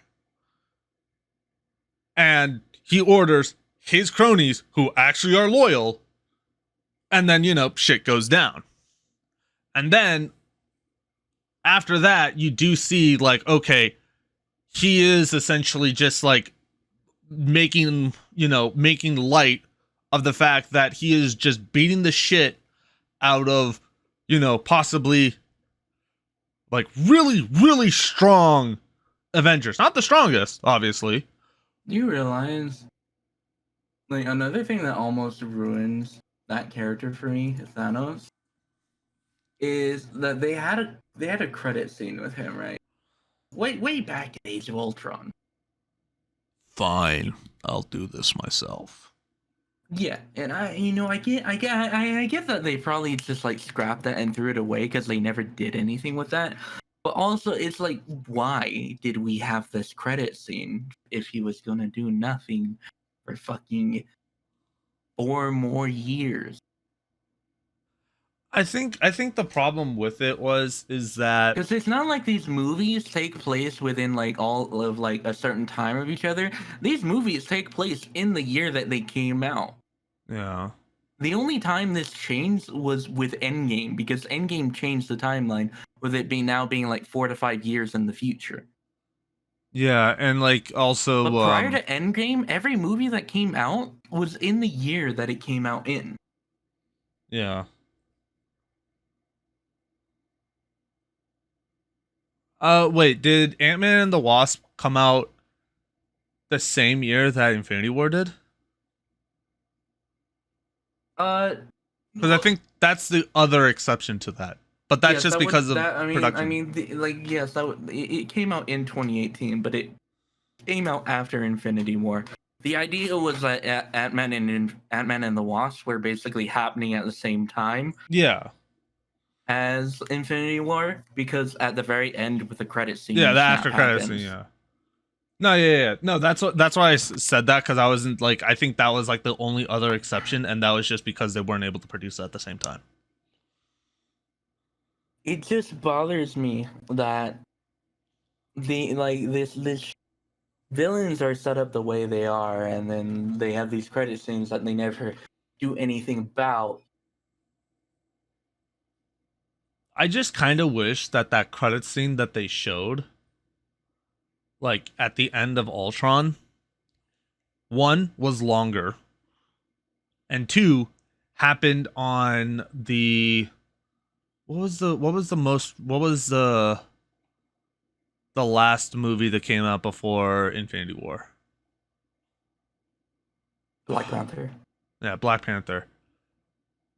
Like, it was nice to have like the whole like conversation between Shuri and Bucky. But I felt like, if anything, I think the other problem, right, is that they couldn't do that for Black Panther. They couldn't have that credit scene for Black Panther Yeah. because Thor Ragnarok took that credit scene. Yeah, and the Because problem remember, Infinity War starts at the very beginning, or at the very end. beginning of Infinity War. It starts where, a little bit after where Thor Ragnarok left ends. off. No, it's literally at the end of the end credit of Thor Ragnarok. It is literally a little bit after that, because at the credit scene, the ship appears. Oh, in the right, beginning yes, of yes, Infinity yes. War, the battle's already happened. Right. You're right. So at that point, so then, Infinity, Ragnarok stole that, and that's fine. I don't think that was a problem. So what happened? I think the main problem is that Spider-Man: Homecoming should have ended with the credit scene that Age of Ultron had. Then Thor Ragnarok could end with the credit scene it had, and Black Panther can keep its credit scene because we already know Thanos is doing his thing. Yeah, and the whole thing, if I remember correctly, the whole thing from before that was, I forget what it was. What was the end credit scene again for Spider-Man? Homecoming's credit scene is a credit scene that no longer fucking matters because it was setting up Scorpion, and Scorpion has not showed up. Oh, right. Man, that sucks. Because that would have been fucking sick. Dude, that would have been so cool. Just like have it where you have it where it's like, oh yeah, it's just like, it shows like a satellite imaging of like each of the single, like all the Avengers. Like it zooms out, it's like in the control system of like Thanos's craft. And it's just like, you know, you hear this whole little dialogue with like his intelligence officer. It's like, you know, it's like, Star, it looks like nothing, like there wasn't anything that is impacted in regards after the Ultron event. And then, or like, you know, it's like, oh, they could have harkened back to the Civil War. Like that would have been a perfect thing to do. Just like, sorry, it looks like all, you know, the entire Avengers, all the Avengers have been separated. If we were to attack, this would be the perfect time. You know, or something of that sort. And then you have, it's just like, you know, that moment where it's just like, it's like, okay, fine. I'll like, and you know, he like walks back, like, I'll do it myself. And then there we go. Because one, it'll give him it will show that he actually has a reason to come in. And second, it will also reference that, oh, it's the valid reason why Thanos shows up now. Because guess what? The events of Civil War actually made sense. Yep. Like, there's so many things. Anyways, at the end of the day, I don't like how Marvel has turned their stuff out. But at the very least, it's been a more enjoyable journey than what DC did with its stuff. And you know, going back to DC with the Flash and all that, yeah. I'm so fucking tired of people bringing up Zack Snyder. Just look, I love Zack Snyder's Justice League, but it is an overrated fucking shit pile. It is. I love that movie, but let's be real fucking honest. If you need 4 hours to make a goddamn story, you have failed as a basic fucking film writer.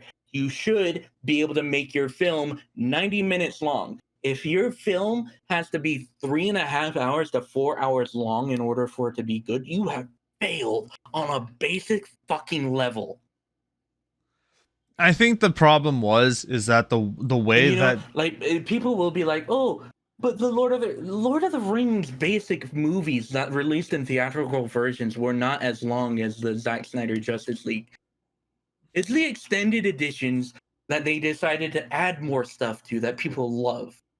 Yeah, and also the stuff that they added also like worked very well and was not something that like, oh, you needed to have. Like, here's the one thing. I can guarantee you the only reason why Justice League, the Snyder Cut, has been seen as overrated is because Justice League, the original version, was not good. Like, I'm not saying it was terrible. Like, there was parts where it was cool. Like, don't get me wrong. But And there like was- the other thing is, right? At least Lord of the Rings, it makes sense for them to be as long as they are because they're adapting these massive fucking books. The Justice League has no fucking reason to be 4 hours long outside of the fact that Zack Snyder was forced to make a fucking Justice League film with no fucking setup. For real. I am so tired of people sucking that man's dick because look, I love Watchmen. I love the Zack Snyder Justice League, but can we stop pretending like his fucking films are some kind of god tier movies? This is a man who wanted to have Bruce Wayne fuck Lois Lane and have her have his child. And have that be a main plot point in the Justice League movies. Yeah, I forgot that was a thing. I forgot about that. I totally glossed over that part. I forgot that was even a thing that he thought of. This is the man who decided to have Batman ask if gods bleed. What kind of cringy ass shit? That is very cringy. And people will be like, "Oh, but the Ultimate Edition fixes that." No, it doesn't actually. It doesn't. It fixes like 3 plot holes, and then the rest are still there. Yeah, I think the Can we funniest. stop pretending like plot holes don't exist? Can we just let the Zack Snyder films die? The man himself is over it. Let it the fuck go. And on the topic of letting it fuck go, can we stop asking for a Suicide Squad David Ayer version? I'm so tired of this. Because people are like, oh, well, David Ayer's version of Suicide Squad would have been better. Oh, yeah, it would have been better by like 2%. Because people are like, oh, but his film was completely butchered. No, it wasn't. There was nowhere near the amount of reshoots that there was for Justice League for that movie. Yeah. Sure, stuff was probably cut out. In fact, we can confirm that a lot of stuff was cut out because we see that there's not a single one of the Joker scenes that we see in the trailers in the fucking movies. Not only that, we also literally had an entire like origin story, not origin story, but like an entire fucking section talking about Cyborg.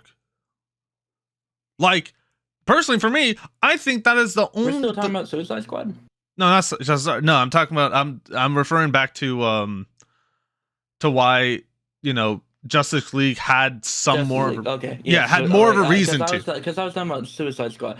Because like Suicide Squad is like, guys, I like David Ayer. He's a great guy, but there's not enough pretending footage. he didn't make a bad movie. Just because there was studio interference that fucked the movie up, that doesn't change the fact that ultimately the man made a bad movie, and no matter how we cut the fucking film with the scenes that are missing, it's going to be a bad movie. I think the only this is Suicide Squad, right? With yes, this is Will Suicide Smith. Squad, the first one with fucking Will Smith in it. Honestly, I think the only 2 parts that I personally enjoyed was the acting of Margot Robbie, because she does a really good Harley Quinn. There's only like 3 things that I liked from that movie. Margot Robbie, obviously, like you said. Yeah, Boomerang, of course. which, holy fucking Christ, Jai Courtney, where the fuck did that come from? So good though. It's so good though. And Diablo, El Diablo. Yeah. I mean, I think again, I think the one thing that I would say is, personally, I think the way that Deadshot was shown, there could have been some improvement on it, but I think it was still pretty good. Again, that's my personal opinion on it, because out of all the DC villains, I mean, obviously other than Joker, because Joker is like amazing as like a villain, especially with like all the different dynamics that you've like seen from the previous ones, especially with you know, they all work with how Joker is. And then, you know, unfortunately we haven't had a decent like Riddler outside of like the I can't remember his fucking name, god damn it. The Batman, the most recent Batman film with Robert Pattinson. yes, him. Like we got a little bit of the Riddler, but I'm like, it's still just like I wish I saw more. I'm fine with what we got, because at least he fucking was a villain. At least we got a character that actually did shit that we would see from the Riddler, leaving riddles, setting traps up, setting stuff up. Like, I just wish we saw more. I liked it, but I wanted more. Like, the problem. It doesn't really make sense to me, because the Riddler makes more sense as a character that stays in the shadow. Even though he is a colorful character, No, it makes more sense for him to not be on screen, because this is a character that excels in stealth, setting up traps, leaving riddles and stuff like that. No, what I was mentioning is that like I wanted to see like a more riddles, more puzzles, more complex things. Because we again, need more complex things. I think the problem you're thinking of is it really wouldn't work in this world that they've set up, because the world that they've set up is similar to what was set up for Nolan, where it's a little bit more grounded. Obviously, you can't do a certain thing like do in this fucking film. Fucking Batman takes a shotgun to the fucking chest. I mean, didn't that also happen in the... It is still somewhat grounded, similar to how the Nolan films were. This is not like, hell, we even see when he does his first flight, he fucks himself. Oh yeah, no, I think that was great. I think the fact that we saw him like mess up, the fact that he got like a serious injury, that's didn't he? Also still just starting. Remember, like, this is just year 2 of his Batman. So I would argue that even though this is a more grounded world, there is room for things to get a little crazier. Like Mr. Freeze. I would have laughed if they let's bring Arnold back. That's exactly what I was thinking. It's like, I'm like, you know, if he comes back, I mean, like, I'm all for it. I'm all for it, dude. I want to see him back in acting, because honestly, a lot of the fucking movies that he's in are fucking great. Just let him rest, honestly. Let the man live his life, you know. That's true. I mean, he already did a lot. You know, he was essentially the face of sci-fi for a couple of decades at this point. Actually, I think more than a couple, now that I think about it, because like, how long has the Terminator franchise existed for?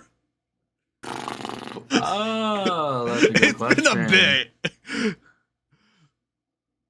But like, Terminator 1 was 84. Yeah, 84, and then like he's been in movies. When the fuck did Dark Fate come out? Because that was the last one. Dark Fate release date. Wasn't it like in the 2019? Yeah, 2020. Wait, 2019? Yes. Oh, yeah. Okay. Yeah, that makes sense. This movie was just so fucking bad. It's unbelievable how bad Dark Fate was. It was not good. But I think the one thing is that the main pull of it was just because, oh, we get to see Arnold Schwarzenegger again. Yeah. Because I'm a bit of a sucker for that. You know? True. Like I see it, But also at the same point, like, I would have rather them just continue off of where Genesis left off. Because here's the thing, Genesis was by no means a good fucking film. but it at least had somewhere to go. I also feel really bad for Matt Smith. How come? This man joins popular franchises and then it's just he like either is cut out or it has almost no role in it. You realize he was in Terminator Genesis as Skynet. Wait, what the fuck? No shot. Yeah. No shot. Yeah, he was Skynet in that movie. You're bugging. I'm No. Oh no. That hurts so much more. And you realize he was in Star Wars Episode 9 and his part got cut out. Oh, did it? Yeah. Bro, dude. Bro is just getting shafted left and right. Dude, even fucking Daniel Craig's part is in, and he doesn't even show his face. Like, what? Like, you can't tell me that. You can't tell me this shit. Oh my god. This man just has bad luck. Honestly, his most recent thing that I'm glad he was actually in. You know what? Actually, you realize he was in Morbius? I didn't watch that film, so... You realize that's another big franchise because that's technically a Marvel film? This man tried joining a Marvel film, and it's the one Out of all... It's of all the Marvel films for him to join. Bro really got shafted, huh? The one, like, obviously, he's in a lot of projects. Like, obviously, some of them are big. I will give him that.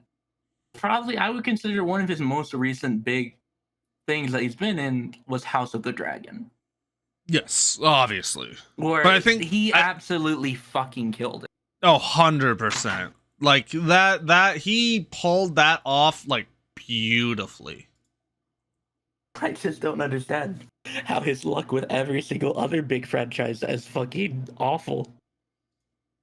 I don't know, man. I don't know. This man went from Doctor Who to fucking...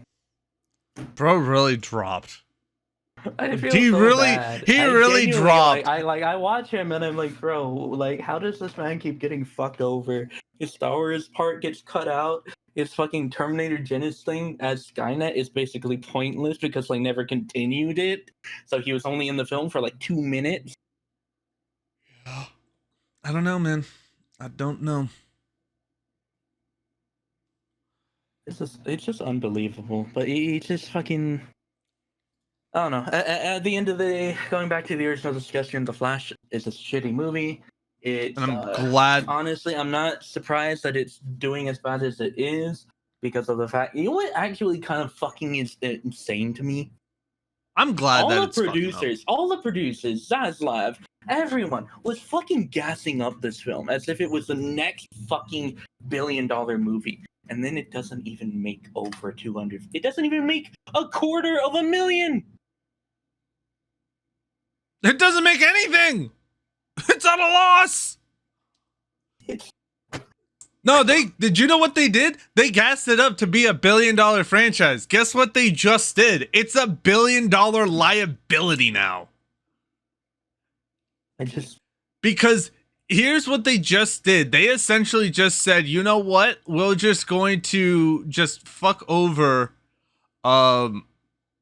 we're just gonna say fuck it. We don't care for the integrity of the people that who act for us.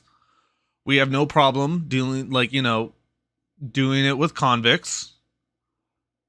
And we'll stick with this. This is fine for us. And that's the problem. That's the biggest problem of it. Is because they said, we don't care. We, instead of scrapping it like a fucking rational human being should, they should have just scrapped it had him, see what happens. And they would have not only not lost a lot of money, they also would have, saved their fucking reputation too. Because, that shit's already going down the drain. So, like, don't give it more fuel to the fire. Like, they literally got rid of HBO from their fucking HBO Max. Like, they have retitled that so many fucking things. Now, it used to be what? HBO Plus, HBO Go, HBO. To be fair, that's not a Warner Brothers decision. That's a Discovery decision with the fact that they bought them. I mean, it's still the problem is that blame that on Zaslav or whatever the fuck his name is, and the fuckers at Discovery. I mean, yeah, but I mean, even then, I think you don't have to be a fucking high-end exec to fucking realize, maybe having someone who is allegedly some messed up shit. The weird thing is, right? Like, on one hand, I can understand them scrapping Batgirl to save money, right? But also, on the other hand, it's like, if you're gonna scrap Batgirl to save money, why are you not gonna scrap the Flash? Like, you have more of a standing to scrap the Flash than Batgirl. We have a significantly more reason to scrap. I would argue the fact that they're just gonna restart the universe, just scrap both of them. Exactly, yeah, just... you're gonna restart it, and Blue Beetle is gonna be the first fucking film in the actual new DCU. So what is the point of keeping it? Does Ezra genuinely have something on them? Like, I brought this earlier. Does Ezra genuinely have something on fucking know, dude. I don't know. Dude, how much do I want to bet it's like some Epstein type shit, dude? Like, that's getting into conspiracy level theory, right? But like at the same time, at some point, you've got to wonder what is going on. I don't know, man. No, because obviously they lied to us that the film was as amazing as it was. Because clearly, even the people that like it don't think it's that good. Obviously. So, what is going on? I don't understand. What was the logic in trying to gas this film up?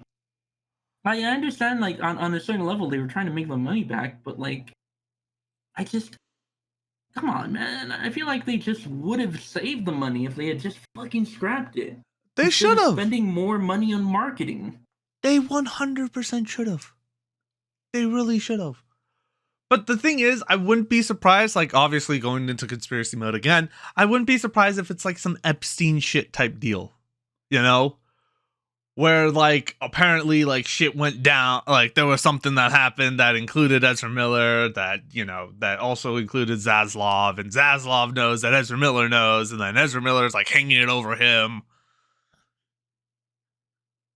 I guess. Like, that's the only thing that I could think about it, because there's no rational reason to allow essentially someone who is alleged of doing possibly a lot of the most heinous shit possible to be a star in a movie. And not only that, but also just, like, not have him, like, banned, or, better yet, allow him to be able to walk on the red carpet for the premiere. Like, what? Why? Like, you already have a situation where this guy is, like, under so much heat. You really want to run the risk of, like, yeah, let's just bring him in to the fold of it, because, yeah, haha, hee hee. Like, why?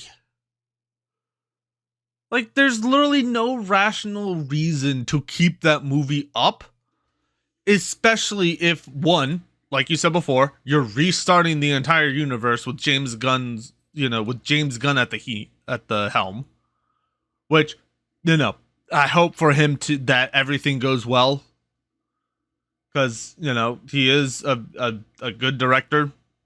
I do wish him well. The last time that I think they gave that, do we know when Guardians 3 is coming to fucking Disney Plus? I don't know. It's likely they're gonna do the whole like, oh, after the theatrical release, we'll send it over to Disney Plus. Hee hee ha ha. It does not have a date just yet. Okay. Yeah, but I wouldn't be surprised if I it imagine also it probably won't come until next month, but yeah. I wonder if it could be held up because of a certain situation with some writers and some actors that did kind of also sign up for some stuff ahead of time that they don't want to pay out. It's possible. Again, there's zany shit happens when it comes into it that we don't know of. Mm-hmm. But it's possible that could have an impact. It's on digital right now. Wait, it's on digital right now? Then, that's weird why it's not on Disney Plus then. Yeah, like it's on digital right now as of July 7th. And like it's gonna hit like actual physical copies like Blu-ray and DVD and 4K, Ultra HD, stuff like that in like the beginning of August, I think. It was sometime in August last time I checked for the actual physical release. I know for a fact though it is on digital.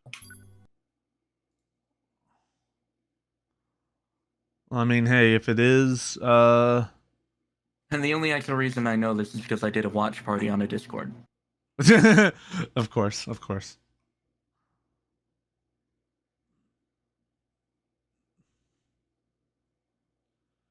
I get that. How much is it to buy digital, I wonder, actually? Probably like Enough. $20 or something, but I bet. I wouldn't where be even surprised. is it on digital? I will not fucking watch online. I Where to do stream Guardians not of the know. Galaxy 3. Anyways, fuck it. I don't know, I'm just kind of fucking tired of all the fucking shitty films that are coming, because I'm just tired of superhero films. Not even superhero films, I'm tired of bad superhero films, dude. And there's been just so many bad superhero films. And like at first I was semi excited for The Flash because of the Michael Keaton stuff, but then realizing that it doesn't matter that Michael Keaton is in the movie, this movie is gonna be bad no matter what. Mm-hmm. I just fucking all interest in the movie. I don't know. I mean, when it comes down to it, and when I look at it, it's just like, ugh. The problem is that what, like, my interest in superhero movies have like waned a lot within the recent years, just because like I think the one thing is it's literally just because of Endgame. Because I think when it comes down to it, I ultimately think that is the best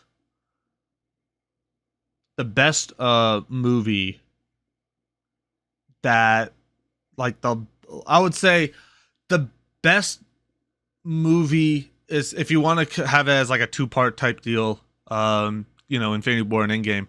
But I think Endgame on its own is probably the last good film. Wait a minute. What up? Guardians 3 came out at the beginning of May. And it only just got digital at the beginning of July. So that's a 2-month difference, right? Uh-huh. The Flash came out in June 16th. You know when its digital comes out? When? July 18th. Literally in 2 days. That's funny. That is a month difference. Yeah, but I don't think anyone's gonna really be enjoying that. The only one who's actually gonna be enjoying any of that. What happened with Flash. This is just what happened. Exactly like what happened with Fast 10. Yep. Except Fast 10 was worse because that was 3 weeks instead of a month. I think it was funny because the weekend that I went to watch Fast 10,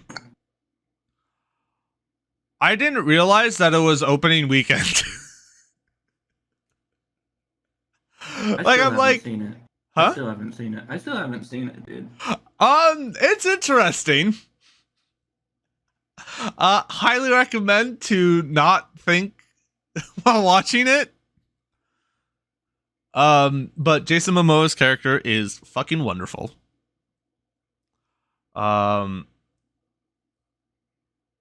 when does Fast 10 come to streaming services?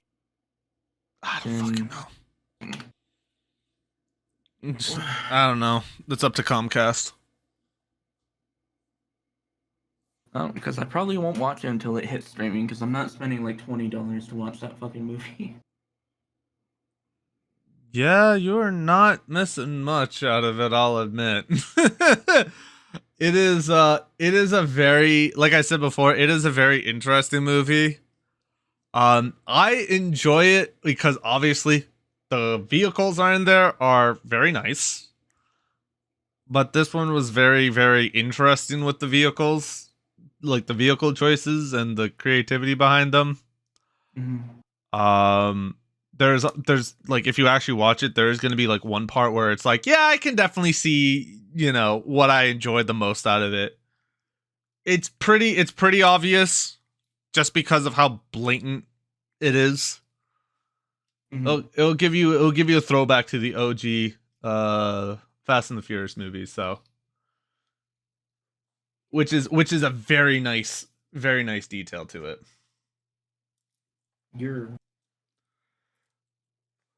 But like when it comes down to everything about it, it's just it is the weirdest fucking thing, because it's like technically there's like two storylines that occur and then they converge, and then there's like a third storyline that happens, and it's like it's still there.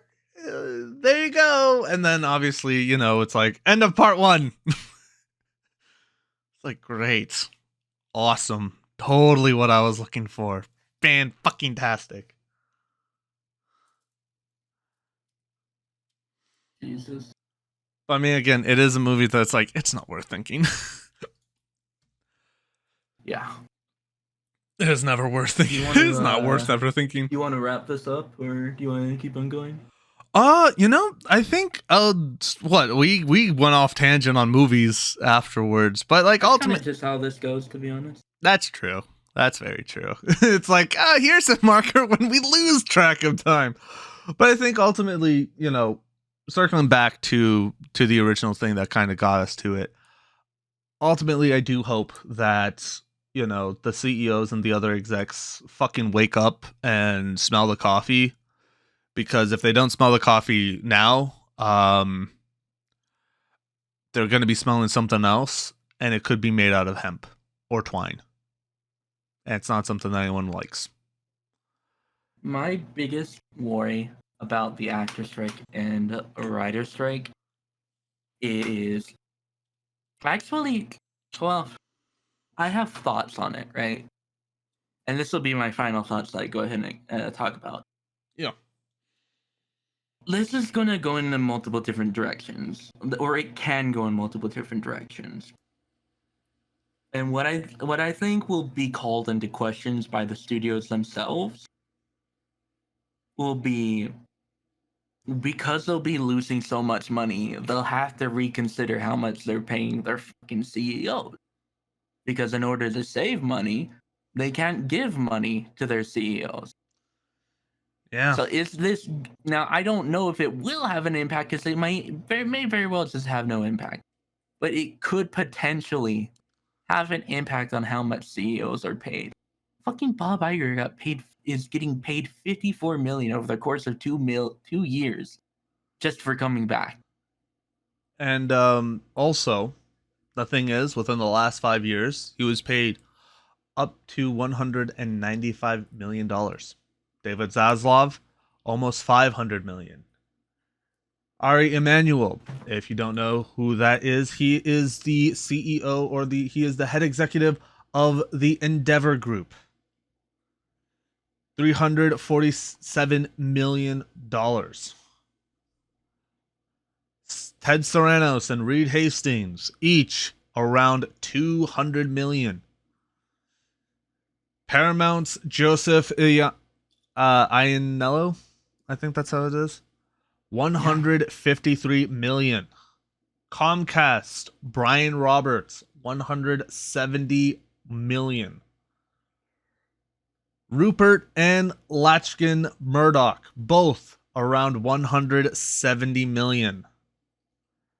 These numbers are in the 9 figures, while somebody who has made all these execs that I've just written off and I just named off can barely afford something that is $9.